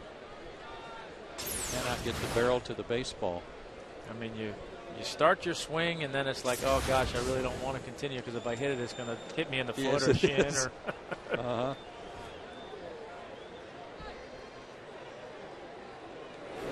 Goes to the other side and misses. 1-1. And that's the pitch he seems to be having trouble with. I mean, he's got that. Struggled a little bit with the cutter, running on him more than he wants, and hit a couple guys, but a lot of times he makes that first pitch that he's made to Aubrey, and then he tries to go back away with that sinker, and he's pulling off just a little bit, trying to get it down, make sure he gets it down there. Like that chopper that time, and that'll end the inning. So a good pitch there, and he's out of it. Gives up a hit. Giants strand another runner. We are halfway home, tied 2-2.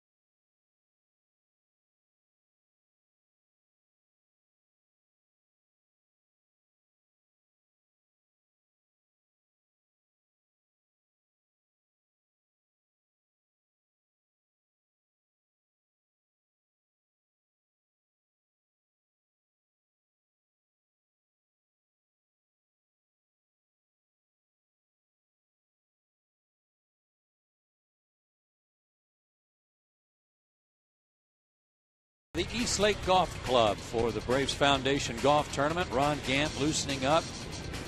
David Justice was there. Dale Murphy involved. Brian Jordan. Chip Carey with this long putt. Come on, Chip. Hit the ball closer to the hole. Pretty good putt. Probably missed that one, though. But a good day for everybody. The proceeds going to the Braves Foundation. I didn't see the video of you on that with that 2-iron on number 9 that flew the lake and carried onto the green at par 5. Was that you? No, I was terrible on that hole. 18 was my big finish. Oh, was it? Martin Prado takes a strike. What'd you do on 18? Well, 3? you know, Mike Plant, big wig here with the Braves, hit a nice little shot in the group in front of me that had closest to the pin on 18, which is a par 3. And I mean, I'm not saying anything, but after this pop up, Shearholz puts it away. he was feeling good about himself. And 18 is a tough par 3, one of the few par 3 finishing holes in golf. Mike hit a nice something to about 6 feet and had closest to the pin for about 8 minutes. And I came right behind him and stuck it to about 4 feet. And normally in a tournament like that, I wouldn't take the closest to the pin prize, but being as it was Mike, I had to. And for my efforts, I won a Craig Kimbrell autographed baseball. There you go. That was Mike sitting between Ryan Klesko and Derek Schiller.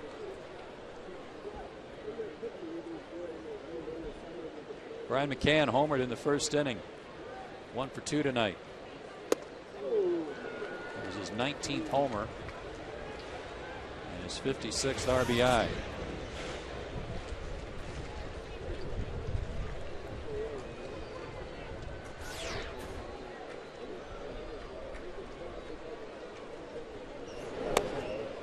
Laid off that breaking ball. Hopefully that didn't hurt. It scares me when they walk out of the box like that, though. You're afraid they're just going to keep on going. Yep. And that's usually the kind of stuff that you worry about. Yep. Because making it stop is a whole lot more difficult than just letting it go. Little looper foul. Fontenot. Sliding attempt. Couldn't get there.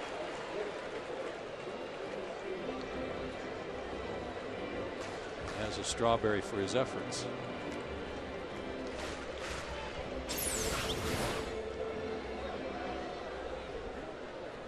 Almost. Just ran out of room.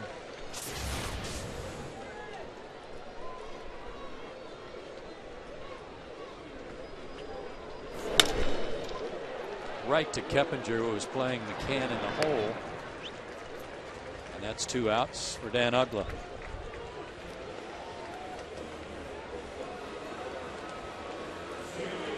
Bumgarner has not had a 1-2-3 inning as yet.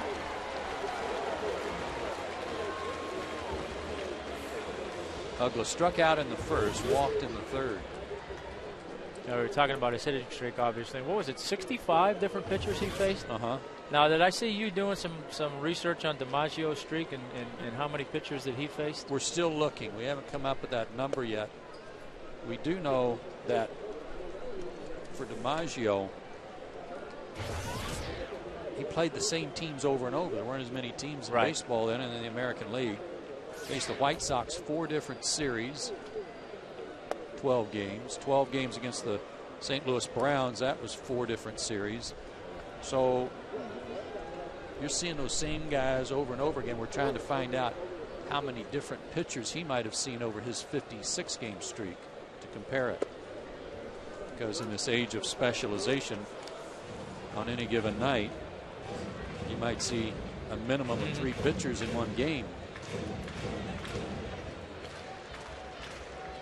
Which certainly doesn't take away from what DiMaggio did, but at the same time makes you realize how difficult it is to do what Dan did. He drives that one to left center. On the run, Ross, and he can't get it. And it'll bounce into the seats for a ground rule double.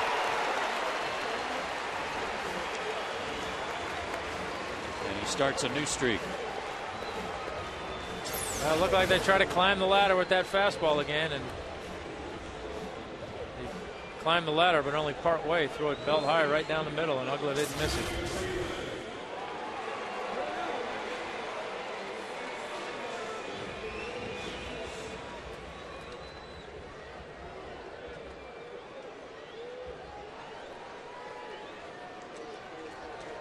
Freddie Freeman, a base hit and a run scored, 1 for 2.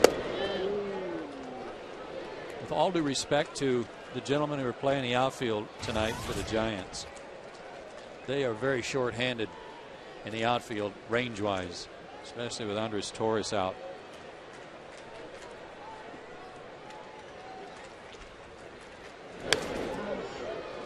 Yeah, it's certainly not the look that the Braves have in their outfield right now. No. That there's some boys that when they have to, they're going to run down some mistakes for you. Cody Ross, very capable, but more of a corner outfielder than a center fielder. You got Belt playing out of position in left field. He's a first baseman. Freeman lays off that breaking ball, 1-2.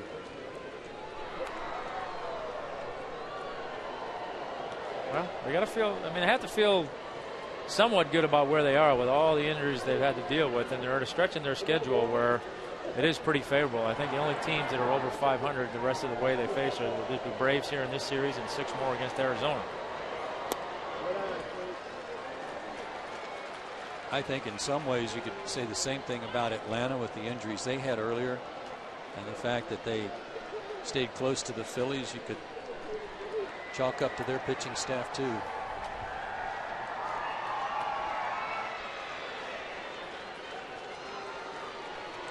2-2 to Freeman.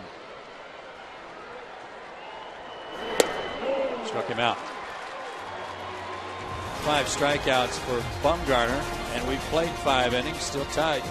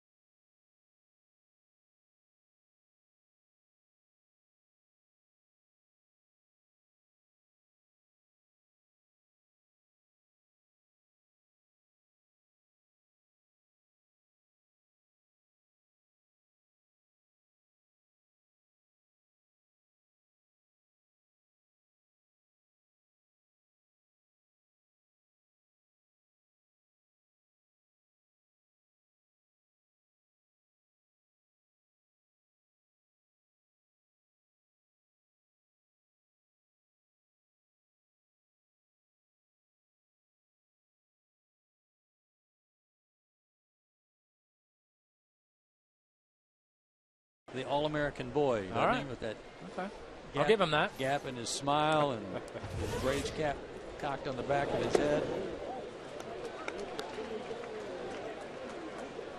Nate Shearholtz leads off for the Giants and takes a strike from Tim Hudson, who has thrown 73 pitches. Not as good a strike to ball ratio as we typically see from Tim. 43 strikes, 31 balls. And yet he's only walked 1 guy. Pretty amazing.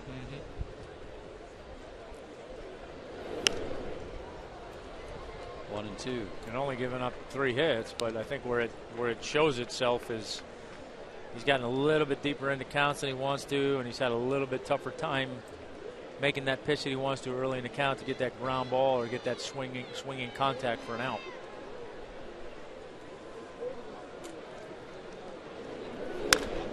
There's a drive to right and deep. Hayward going back, and he's gone as far as he can go.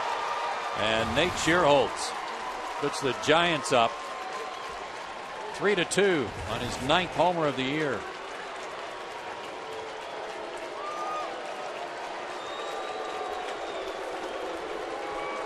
Just the 11th homer of the year allowed by Hudson. Well, you talked about him earlier in the game about having some pop, and there's that mislocation we're talking about, trying to throw that slider down and in on the right-handed hitters that he's thrown pretty effectively tonight. And that one was a little bit more of a what you call a cement mixer versus being a slider. It just didn't have that tilt and that pull on it, and Nate didn't miss it. And this is big Brandon Belt who steps in. He is flied out and been hit by a pitch. 6'5", 220 out of Nacogdoches, Texas.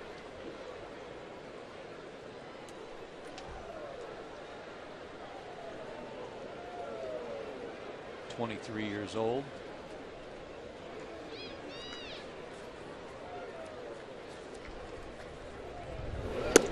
Out of the University of Texas. How about Texas A&M talking about going to the SEC? I guess they didn't get an invite. No, but it sounds like it might come at any time.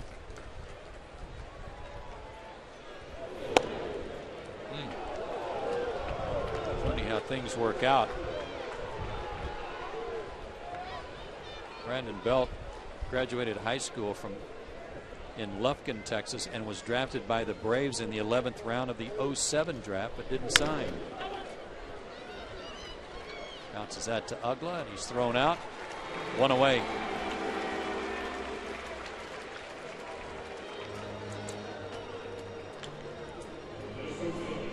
Orlando Cabrera, the batter. Single in the second, delivered a sacrifice fly in the fourth. The Giants got 2 runs in the 4th inning without benefit of a hit. An error, a walk, and then a hit batsman loaded the bases. And 2 sacrifice flies later, they had 2 runs.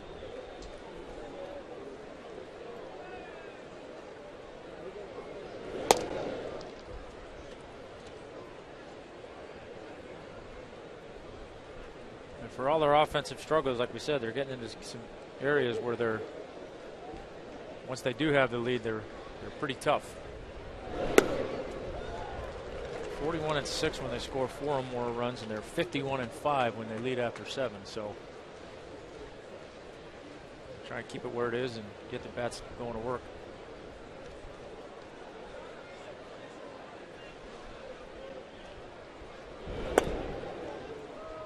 There are some questions in their bullpen tonight. Sergio Romo has a tender elbow. He may not be available. And Brian Wilson, their closer, was not available yesterday down in Florida with a bad back. But we're told he is available tonight. We'll see. 3-1 to Cabrera.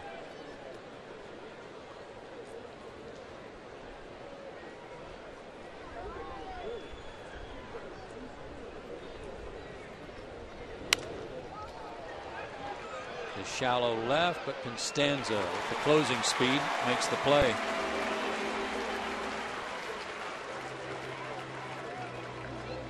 Two down for Whiteside, who hit into a double play in the second, and he had one of the sacrifice flies in the 4th.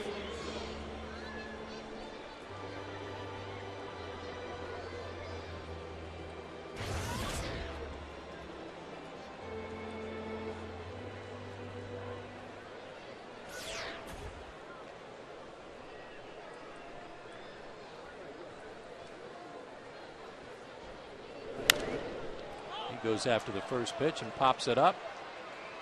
Prado has it. The inning is over, but a leadoff homer by Nate Schierholtz puts the Giants on top 3-2.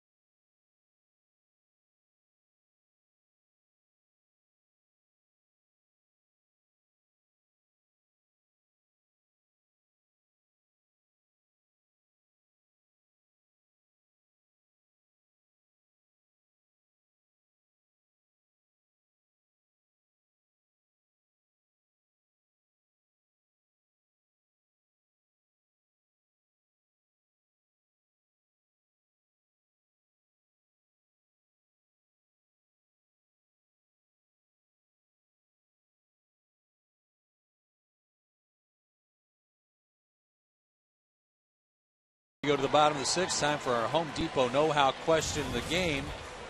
And tonight, that question comes from Asher Burke of Decatur, Georgia, who wants to know, with the discussion going on when Tommy Hanson comes back, what are the pros and cons of possibly a 6-man rotation down the stretch? Ooh. We'll get to that after the first pitch. Jason Hayward leads off the inning. I think the pros are obviously rest. You give your guys an opportunity to be a little bit more rested in between starts.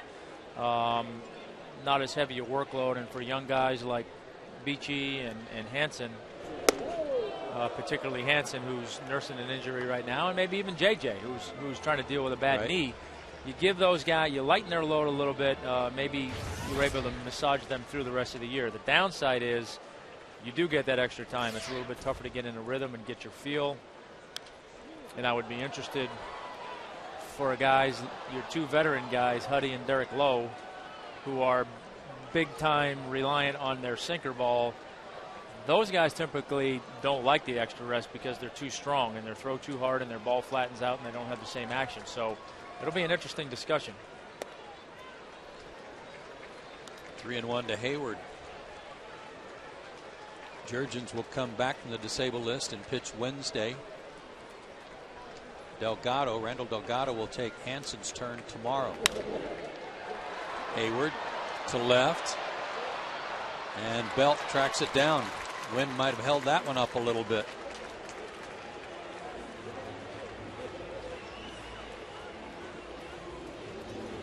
Randall Delgado made a start earlier this summer in interleague play against the Texas Rangers. He'll get his 2nd start tomorrow night. You know, and the other thing that could factor into that too, and I'd have to look at the schedule, but if you don't have a lot of off days going down the last 6 weeks of the season, that might be a factor in the decision as well. Alex Gonzalez, 1 for 2 tonight. Well, that's why I said yesterday that when they announced that Hanson had gone on the disabled list, I didn't think that was a bad thing this time of year for a young pitcher to get a little rest. Alex puts a charge in one deep left center. Is it high enough? No, it's high off the wall, and he's going to have to hustle to get into second, and he does. And just missed a homer by inches.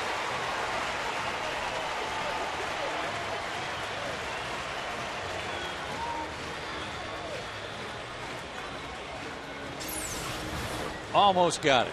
Almost did. And try to go backdoor slider or fastball, looked like, and pulled it over the heart of the plate, and Gonzo put a good swing on it, and Cody Ross made a nice play, made that play close to second base.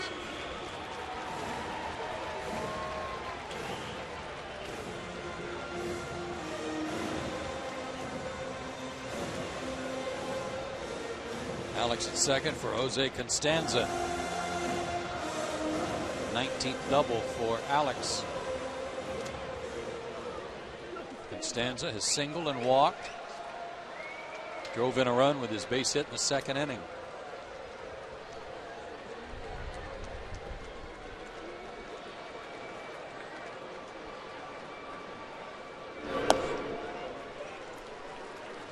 Gets ahead in the count, 1-0.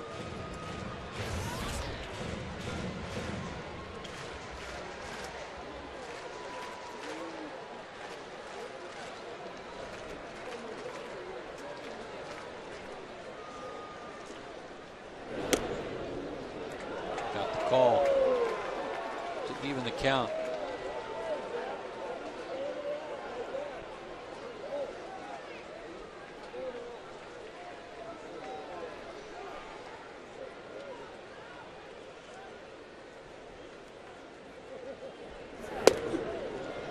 Paints the corner with that one. Threw that slider right at his front elbow to freeze him for strike 1, and came back with that fastball that started a little bit over the plate, that if you're looking slider, you think it's going to run, but where it was a fastball, it stayed there.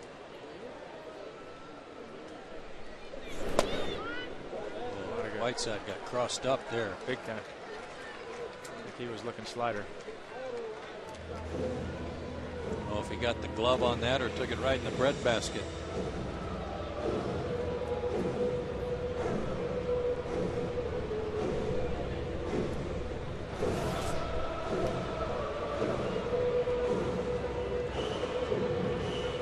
100 pitches for Madison Bumgarner.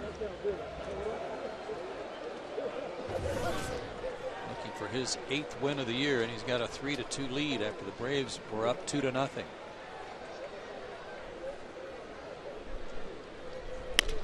Bouncer over the mound. Tough play for Cabrera. He can't handle it cleanly, and they're on the corners for Tim Hudson.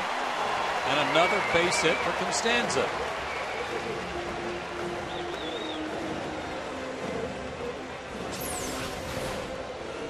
Well, 2-strike defensive swing, pounded off the ground in front of home plate, and the rest is history. And that's the one thing that I like about him. He seems to be very much okay with hitting the ball on the ground and utilizing his speed. And even though he's hit a couple of home runs, he hasn't gotten caught at all into that, hey, I can do that too, let me try and do that. He still realizes where his bread is buttered. And, man, every time he puts the ball in play on the ground, if it's not a base hit, it's a bang-bang play. Squeeze a possibility here. 1 out. 1st and 3rd. Giants perhaps thinking the same thing.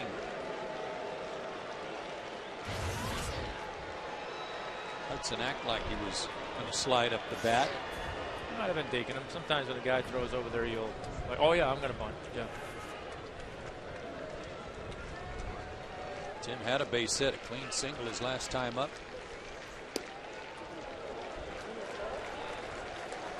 That was not a suicide squeeze, but showed bunt. Well, and this is one of those situations where you can put a lot of pressure on the defense. You know, you can play this as a straight-up sacrifice. But if that runner at third base gets a good read on where that bunt is, he can walk home, even though you're approaching it as just a sacrifice and not a suicide squeeze. So keep an eye on Gonzo, see if he gets any kind of read if there is a bunt.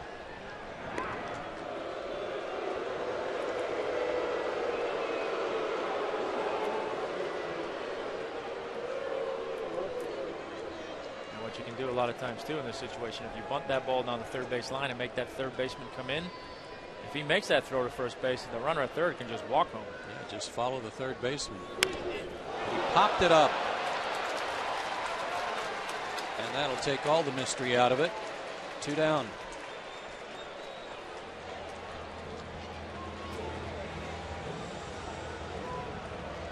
And Michael Bourne will come up with the same situation he had in the 4th inning, 1st and 3rd and 2 out. He went after the first pitch and hit a short one hopper right to Fontenot, who made a good play.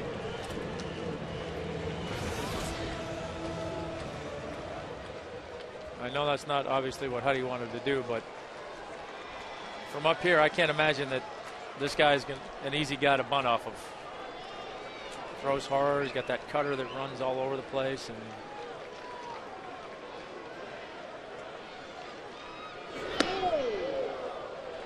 Bourne able to stop his swing. 1-0. Braves with an opportunity to at least retie the game after the home run by Schierholtz in the top of the inning gave the Giants the lead.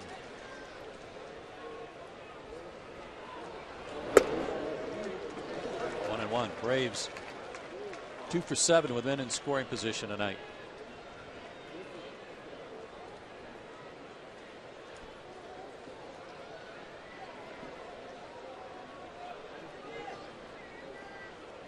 Runner goes.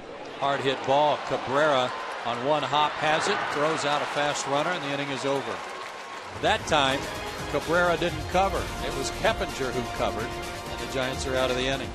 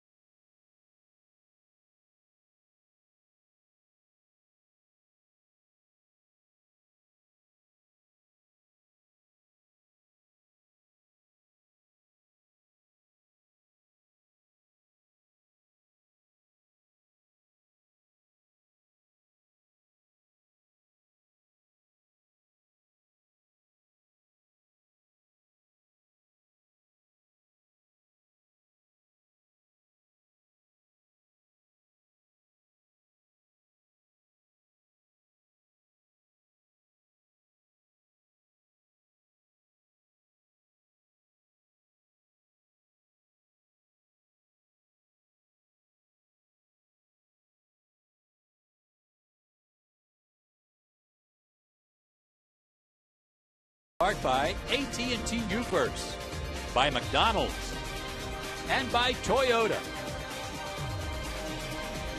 6 innings played here on a very pleasant and breezy night at Turner Field. First of 4 between the Braves and the world champion Giants. Atlanta led 2-0, but trail 3-2 now, and Madison Bumgarner's going to hit for himself. He struck out and grounded out. And off of Hudson's glove, that may be enough for a hit. Ugla with a great play, got him. Dan Ugla didn't give up on it and made a tremendous play.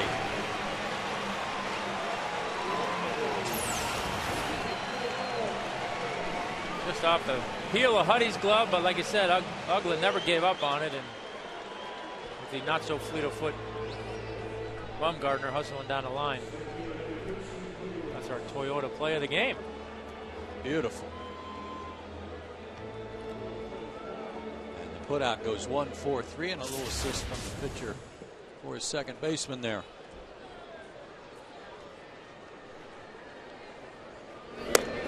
Cody Ross is 0 for 3. He has not gotten the ball out of the infield.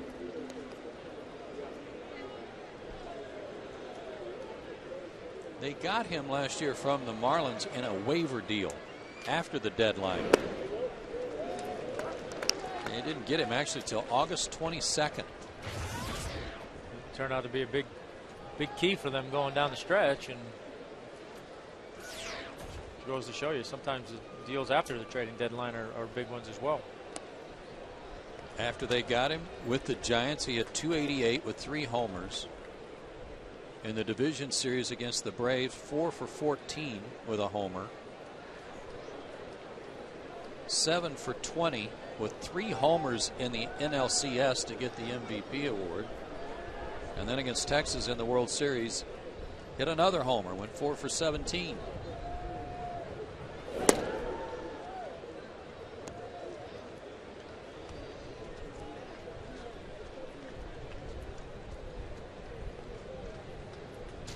Those rare guys that throws left and bats right.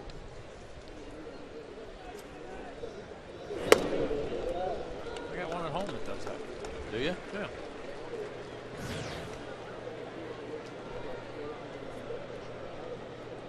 Which one, Mason? Peyton.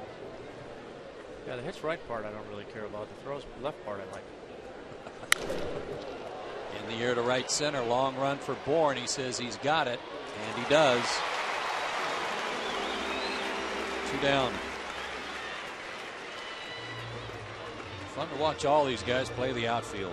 Yeah, it is. I mean, sometimes you forget a little bit, and you see that ball go off the bat, and you're thinking, uh-oh, and then see those guys just going after it, and then pull up. I got it. No problem. They close some ground in a hurry. Michaels had a tough night, 0 for 4, and he did make that error in the 4th inning. But he can go get them. Keppinger 2 for 3 tonight. But Ugla's got this one, and an easy inning for Tim Hudson.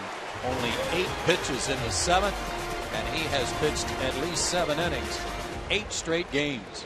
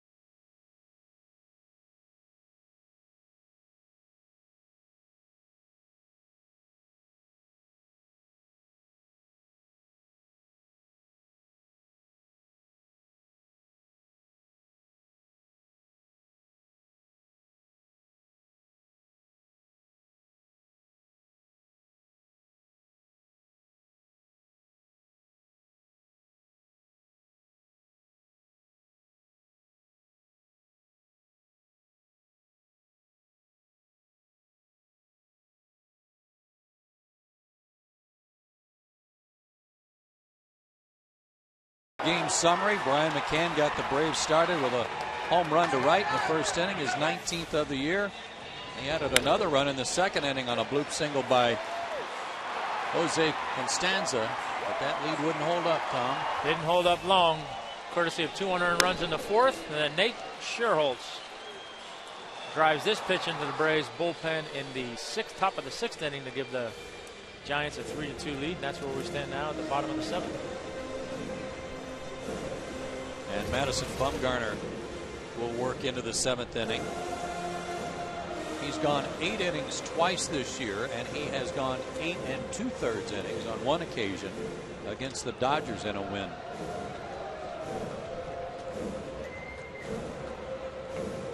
He's 22 years old. Boy, does he have a bright future.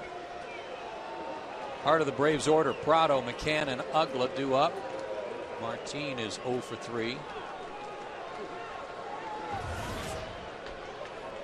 One of the things that's really helped the Braves offensively has been the top of the order. But tonight, Bourne and Prado a combined 0 for 7.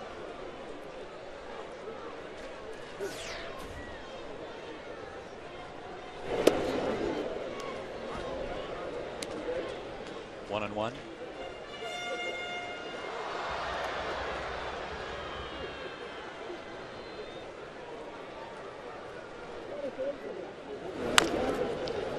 Over the mound, Keppinger got him. Nice play. 1 out. Brian McCann will be the batter. Big news out of Detroit tonight, Tom, where the Twins are playing. And Jim Thome has hit 2 homers tonight. He now has 600 for his career. Good for him. One of the good guys in the game, been around a long time. And that perseverance has paid off. Puts him in pretty select company there in the 600 home run group. I'll say, what a career he's had. Brian McCann launches one down the line, but foul.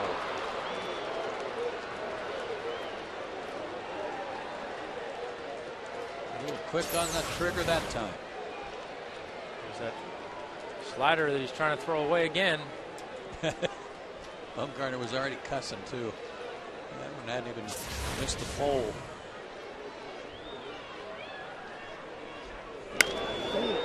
But he got that one in on Brian. Trouble for Scherholtz, but he makes the play. 2 out. It seems to me in watching him pitch, I think the reason he's struggles a little bit against lefties is against the righties, it seems like he does a pretty good job of locating his fastball away, and then he throws that slider off the plate that he kind of backdoors a little bit that guys give up on. And on the other side, the inside part of the plate to the righties, he does a much better job getting that fastball in for a strike and then starting that slider in the same spot that looks like a strike and runs off the plate. Seems like against the lefties, he has a harder time commanding his fastball on the inside part of the plate as Ugla pops up, and then leaves that slider over the plate too much. And another quick inning this time for Bumgarner. Just 6 pitches in the inning for him.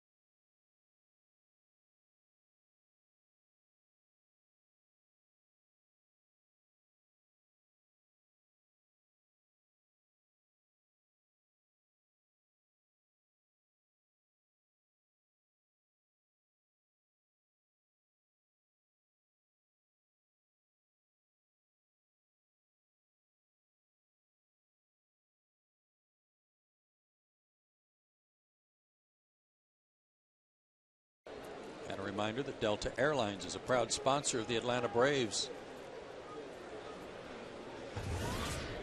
Mike Fontenot, who did not start this game but came in the bottom of the first for Pablo Sandoval, steps in. He's 0 for 2.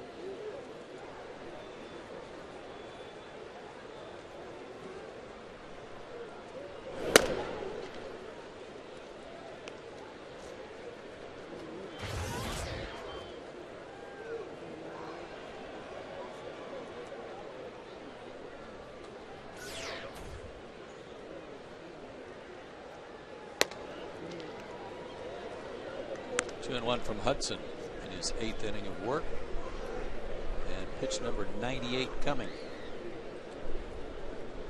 Pretty economical for 7+ innings.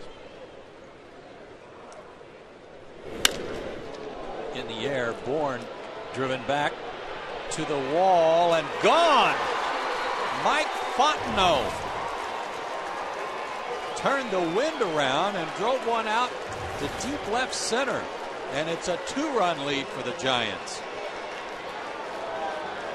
I didn't even watch the ball. I was watching Bourne, and I couldn't believe how far he was having to chase that. Yeah, it sounded good off the bat. And, 2-1 pitch.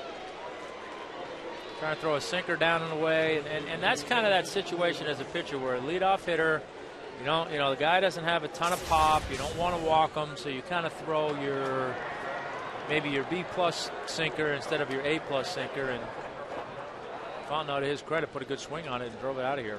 His 3rd homer of the year, and another solo homer for the Giants, who set a record with 22 consecutive solo homers until Cody Ross hit a 2-run homer yesterday.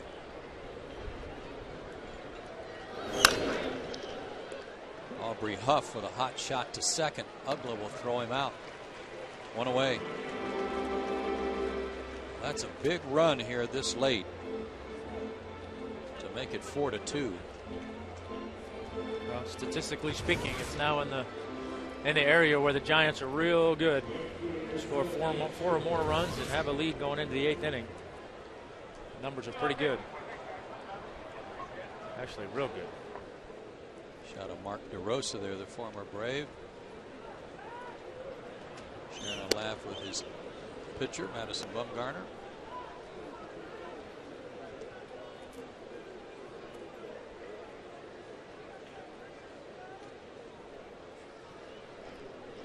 Sherholtz homered his last time up. Into the seats in right field, right next to the Braves bullpen. He's been on base 3 times. He was hit by a pitch, walked, and homered.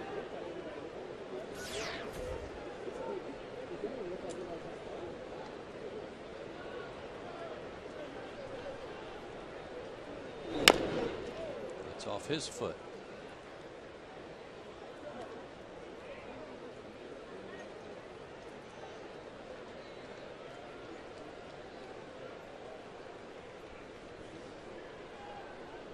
Bochy's much maligned offense has 4 runs on 5 hits tonight, and 2 of the hits are homers.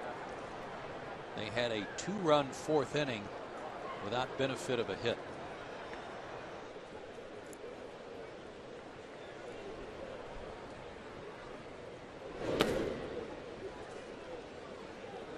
Three and one.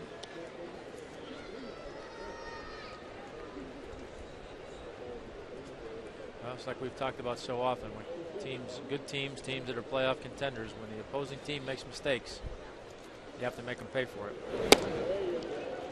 Full count.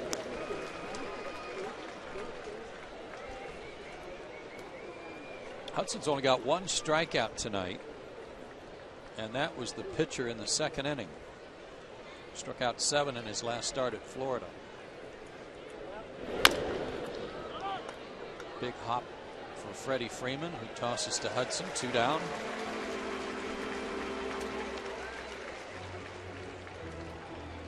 And Brandon Belt, the batter. 0 for 2. He was hit by a pitch.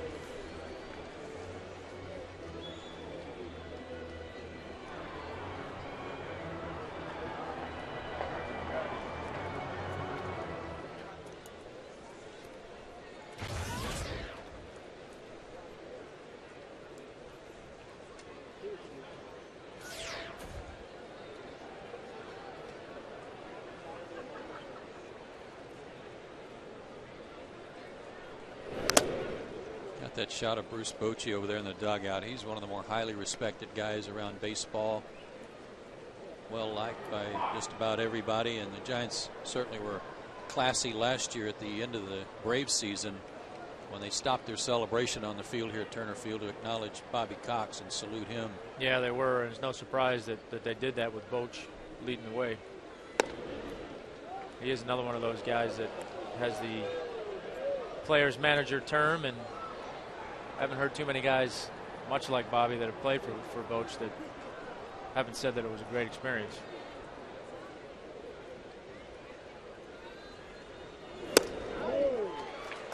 1-2 to Belt.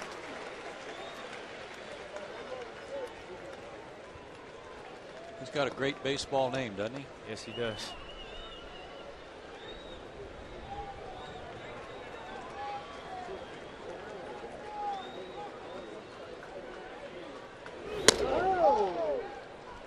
Lays off that high fastball. 2-2. Still enough in the tank for Hudson. That was 91. He's throwing the ball well. It seems like he should be a much better line scorer than what he's got going. And struck him out looking. Second strikeout of the night for Tim. But he gives up another leadoff homer. Solo shot to Fontenot. Bottom of the 8th. Braves down by 2.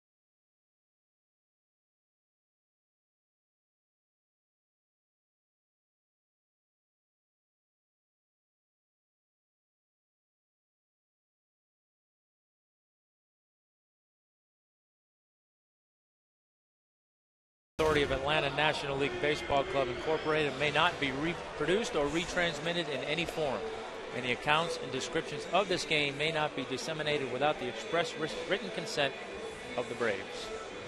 Well done, sir. Thank you, sir. A couple of changes for the Giants. A new pitcher, Javi Lopez, side-arming left-hander, replaces the three-quarter delivery of Madison Bumgarner. Good year for him, as you see. 5-1 with a 244. And checking in the outfield, Belt is out. Aaron Rowand is in. Surprising me that he's playing left field and not center. Me too. And that's Belt is not out of the game. Belt has moved to first base, so Aubrey Huff is out of the game. I beg your pardon. Lopez has struggled a little bit of late. 3 innings allowed in his last, or 3 runs allowed in the last 4 2/3 inning, covering 7 appearances, but third lowest batting average against from left-handers. So with Freeman and Hayward coming up, no surprise that Bruce Bochy went to him right here.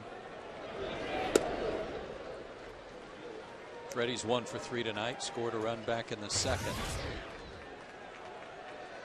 It's average of 295. Braves about hit him 8-5, but trailed by 2.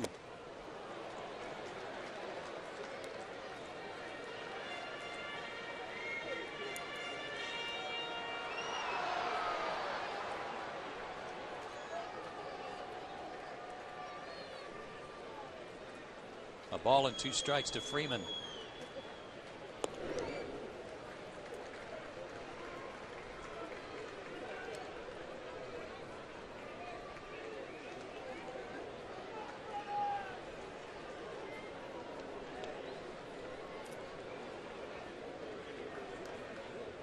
Freeman, Hayward, and Gonzalez here in the 8th.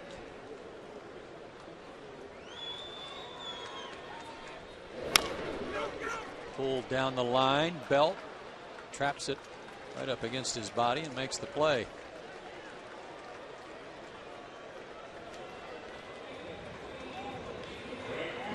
And Jason Hayward, the batter, he's 0 for 4 tonight, or 0 for 3 tonight, I beg your pardon.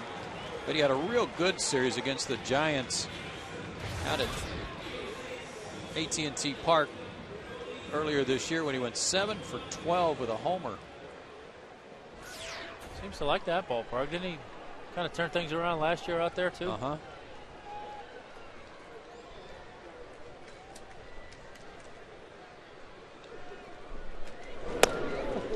Came into this game tonight hitting just 174 against left-handed pitching, and he was 0 for 3 against Bumgarner.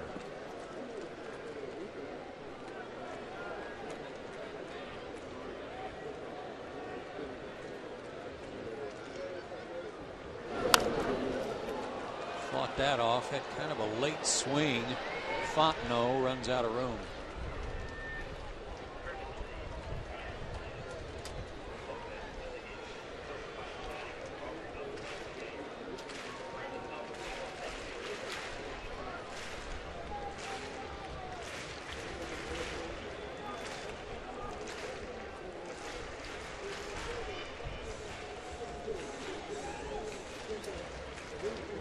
Oh, and 2 to Jason.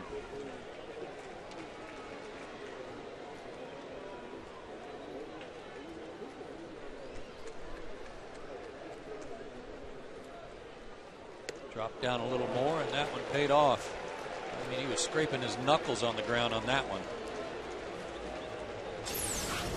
2 out. Tough pitch for a left-hander to stay in there on.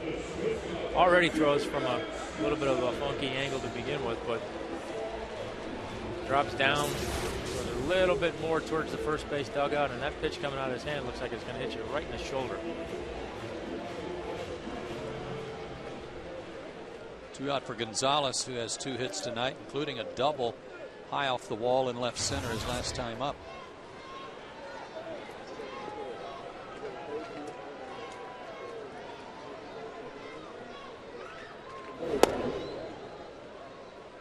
Must have been low. Ball 1. Giants have a right-hander loosening up, Ramon Ramirez. The Braves bullpen busy too. I wonder if that speaks of Brian Wilson's availability tonight.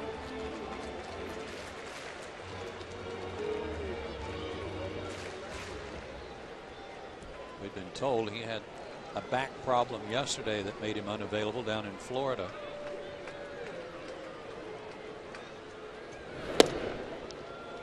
Good backdoor slider for a strike, 1 and 2.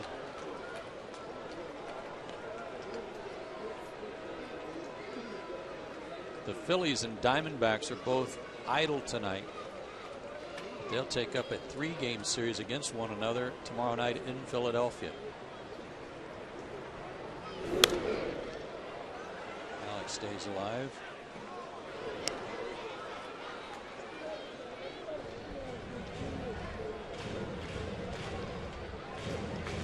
Four to 2 Giants. The Braves led 2-0 at the end of 3 innings. The Giants got 2 unearned runs in the 4th and solo homers in the 6th and 8th.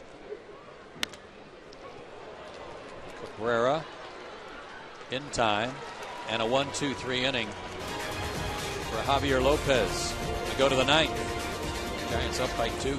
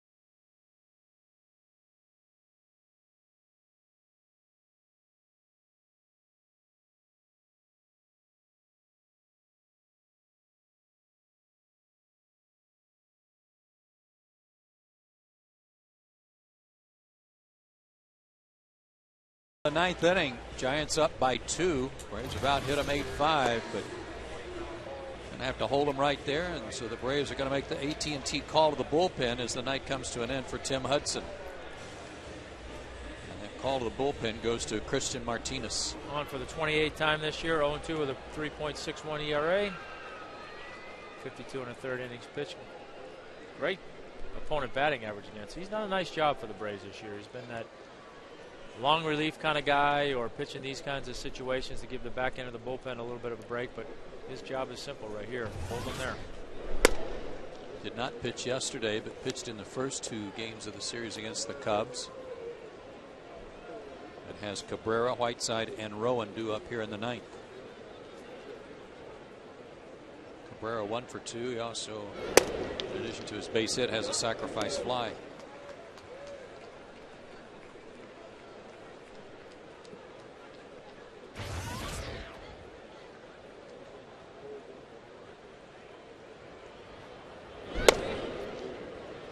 Two and 1. The line on Tim Hudson, a good one, but he leaves trailing.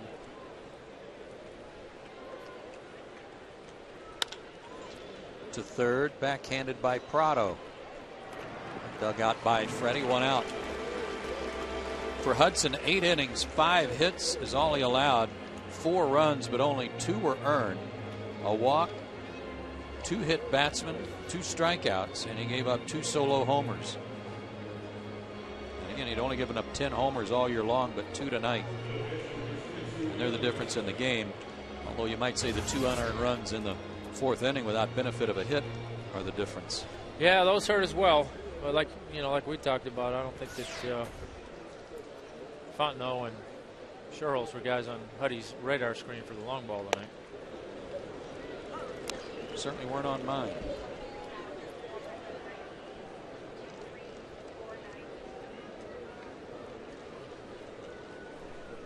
Whiteside's 0 for 2. He's driven in a run with a sacrifice fly. He's also hit into a double play.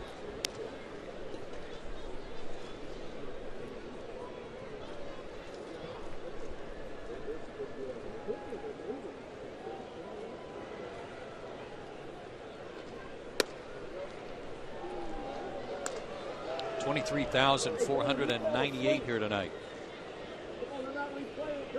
Good Monday night crowd. School back in session all across the metro area as of today.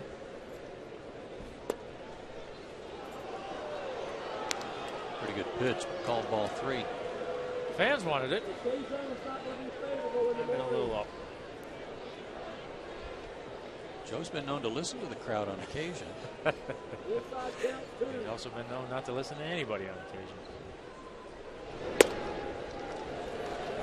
That one's right in there. Full count.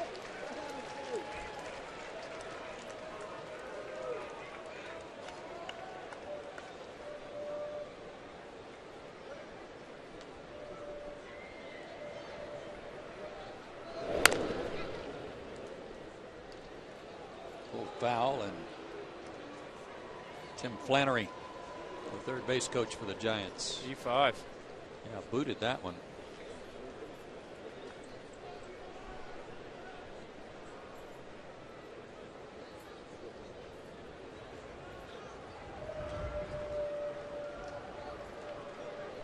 Another 3-2. That one's fair, and Martin scoops that one up, throws him out. 2 down, and Aaron Rowan, who just came in defensively, will get an at bat.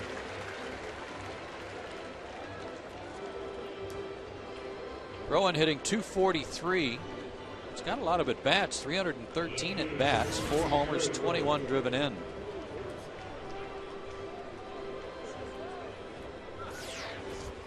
He has struck out a lot, though, 78 strikeouts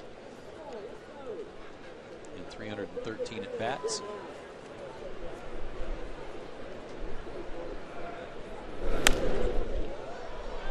Up there hacking and fouls that one off.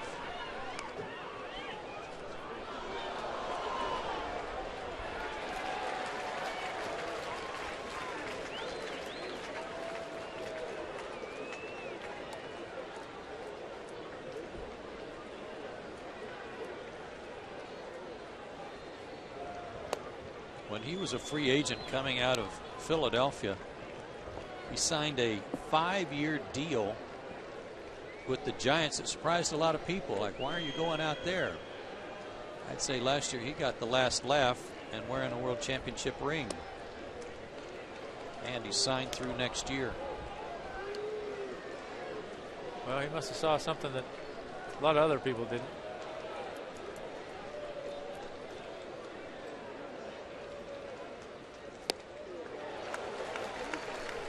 Well, he had a career year in 2007 with the Phillies, hit .309, 27 homers, 89 RBIs, and parlayed that into some big money with the Giants for 5 years. Played a good center field for the Phillies in that ballpark, too. Yeah, won a Gold Glove that year, too.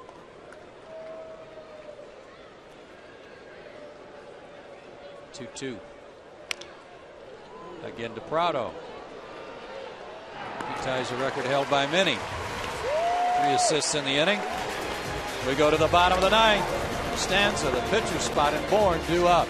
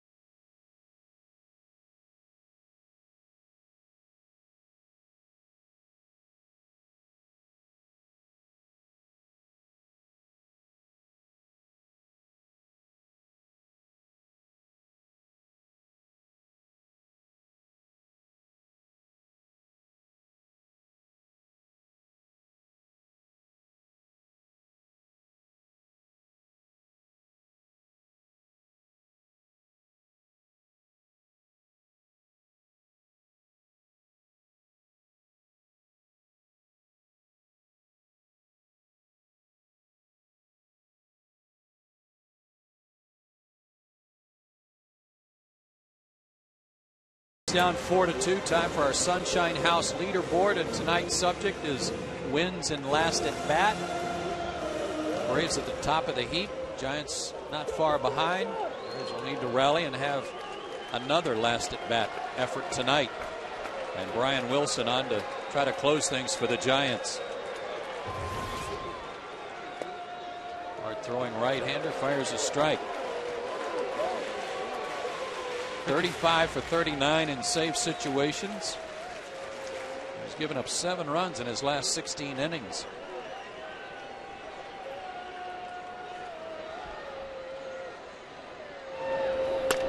Costanza, chopper over third. Cabrera didn't know he had it. Throws, didn't get it.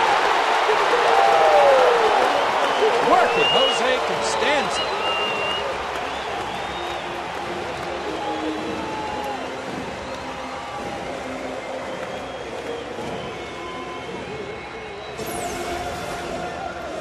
Well, he did it again.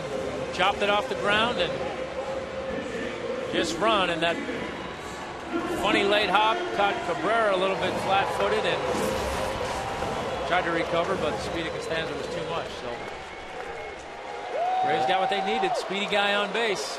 That speed forced Cabrera to hurry, and he wasn't even sure he caught it. Here's Hensky, pinch hitting.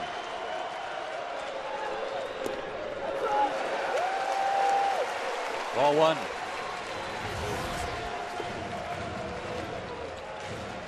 Ten homers, 27 RBIs for Eric.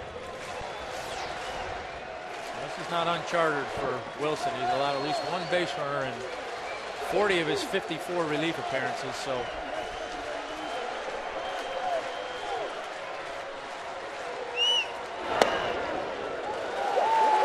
wanted that one and didn't get it.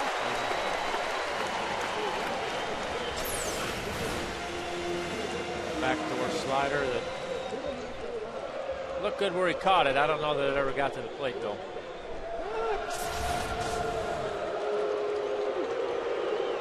Wilson's out of Winchester, Massachusetts. 6'2", 205.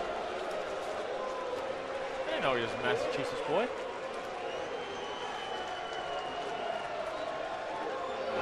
Ripped foul down the right field line. You know where Winchester is? I do. Anywhere near Boston? Close to Boston, yeah. Close to Billerica. Is that where he got the shoe polish for the beard? I don't know where he got that.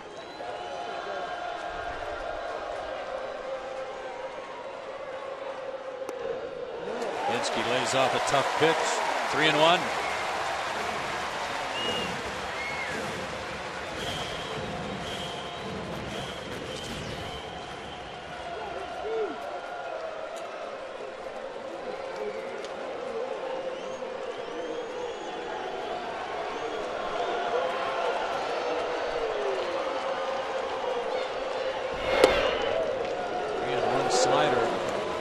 Found the mark. 3-2.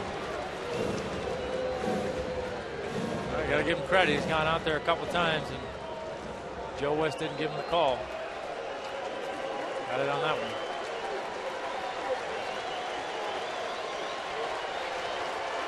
Full count. Costanza leads from first.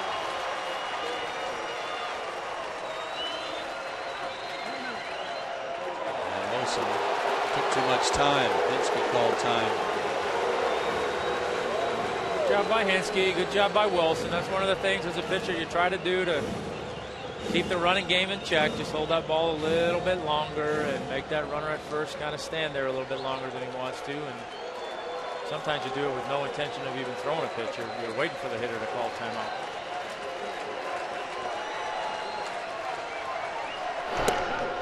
He walked him. Good at bat by Hensky. Tying runs aboard for the top of the order.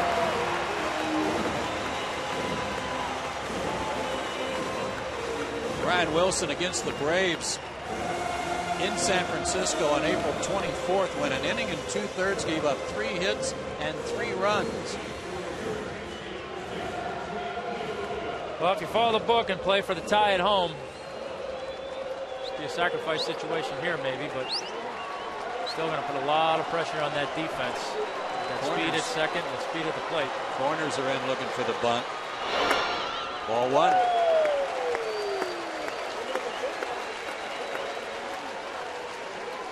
Again, 20 last at bat wins for the Braves, the most in the majors.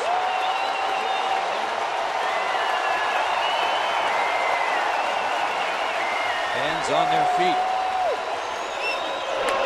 Gets it down. Fontenot to first where Keppinger is covering. And the tying runs in scoring position for Martin Prado. Good bunt by Bourne. Perfect bunt right there. That situation, you got to make the third baseman feel the bunt. Bourne put it down perfectly, and Braves have the tying run at second with Martin Prado.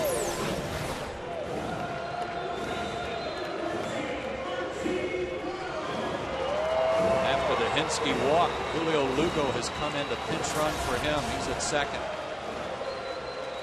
Constanza at third, and Martin looking for his first hit of the night. He's 0 for 4.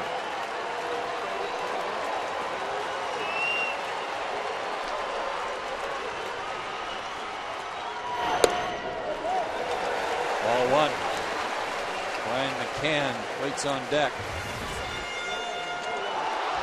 This is a guy, this is the big guy right here for Wilson. You got a base open, McCann on deck. I'm sure he'd like to get this out and have a little bit of flexibility in terms of how he goes after McCann. 1-1. Martin 1 for 2 in his career against Wilson. There's a little bit of a bend at the waist, trying to stretch his back out a little bit. Didn't pitch yesterday because of a sore back. The 1-1.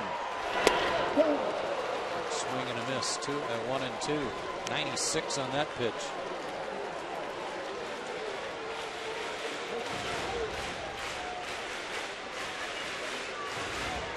He led the league in saves last year with 48.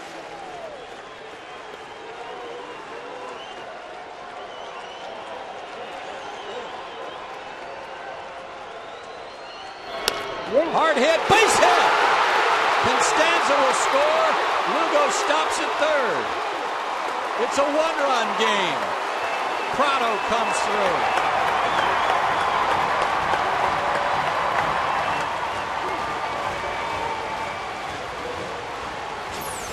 They threw him a front door slider for strike one, tried to go back there for strike three, and that one caught too much of the plate with 2 strikes. Martin a little bit more of a protect mode, put a good swing on that. And the only bad thing was that he hit it so hard to the third base side that Lugo had to hold on to make sure it got through. Otherwise, he would have scored. And Brian McCann, the batter. 2 for 6 in his career against Wilson with 2 doubles. He's also had a walk. 1 for 4 tonight with a homer in the first inning. Tying run at third, winning run at first. Ball one.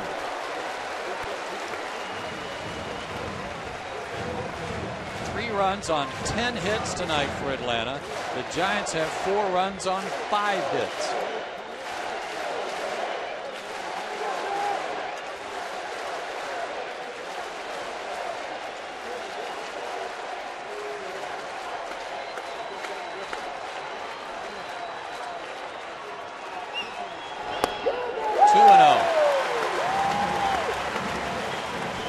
Does this game remind you of any other Braves and Giants games in recent history?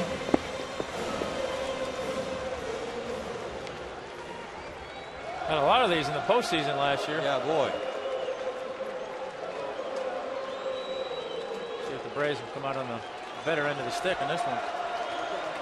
Hitters count 2-0 to McCann. 3-0.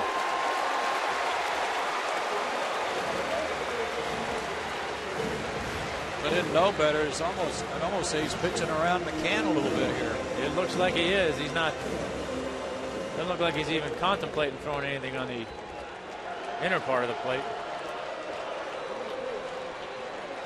Saw Ugla on deck. 3-0. Is he swinging? Didn't matter. Wasn't even close. 4-pitch walk loads him up. Second walk of the inning. And they're loaded for Dan Ugla, who's 1 for 3 tonight. He doubled in the 5th to start a new streak. And folks, he's had a little luck against this guy. 5 for 8 with a double and a homer. Which makes you wonder why he was being so careful with McCann. Yeah.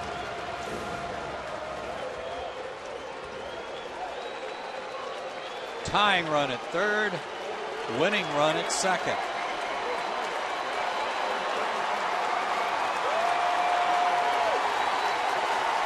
Everybody on their feet. And he gets ahead of Ugla, 0-1.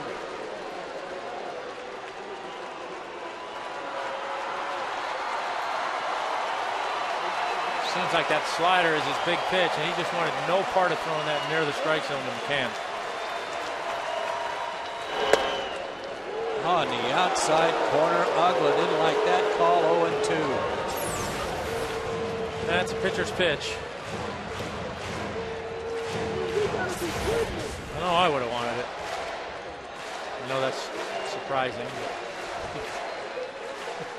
Anything other than a strikeout or a double play or a pop-up, you tie the ball game up. A nice little flare over the second baseman's head. Wasted it outside, 1-2.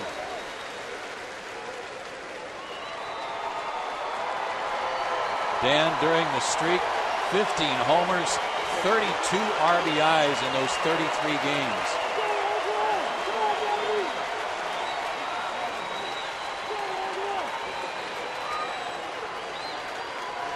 One and two the count.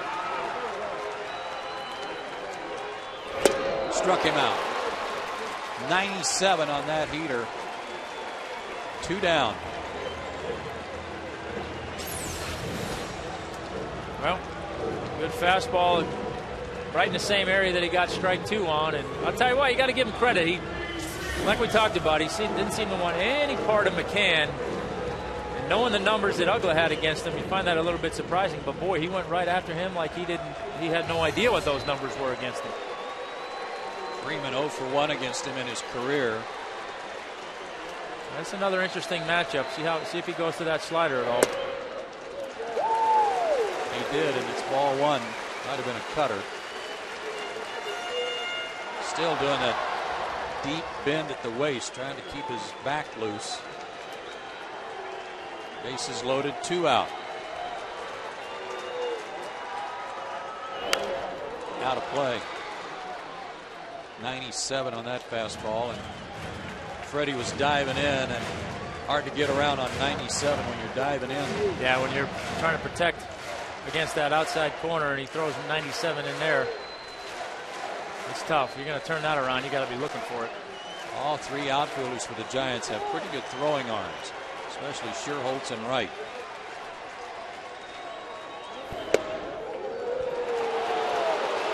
One and 2. Looked like a good pitch. Yeah, started it on the inside corner and came back over the plate. And I'm thinking that Freddie with that last pitch inside, thinking maybe he's going to go back away. So he doubled up in there. He can do what he wants now. Let's hope he makes a mistake.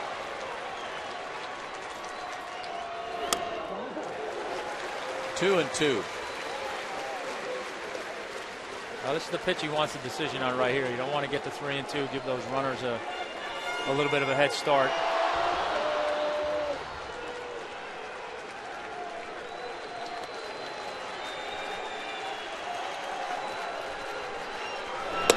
Missed.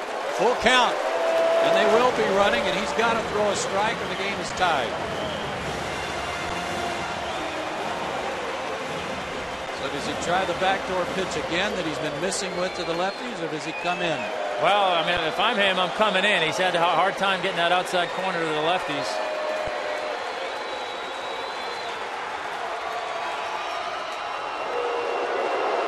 I was hoping somebody would break early. They didn't. Yep, just a little. Keep him honest. You know, if he can save a half a step, that might be the difference in throwing somebody out at the plate.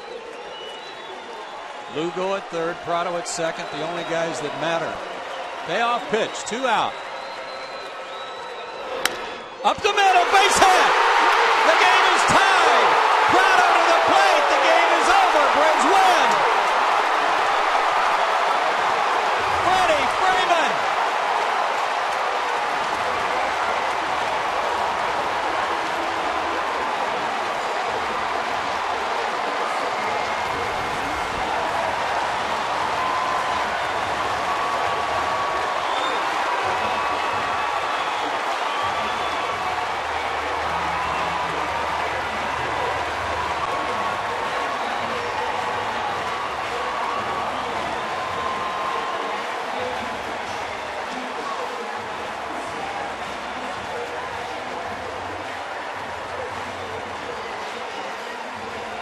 What a finish. What a great at-bat. Well, he went back in there and didn't get it in. Freddie stayed back on that one a little bit better. Put a good swing on it, drove it up the middle for a base hit. Great at-bat, great ninth inning. Big win for the Braves. He didn't dive in as much on that one either, Tom. No, he didn't. He stayed back. I think maybe he was looking for it after getting strike 2 in there. And to his credit, he put a good swing on it. And the Braves beat the Giants in game 1 and come from behind fashion. They beat Brian Wilson. 5-4 your final. Back with more right after this.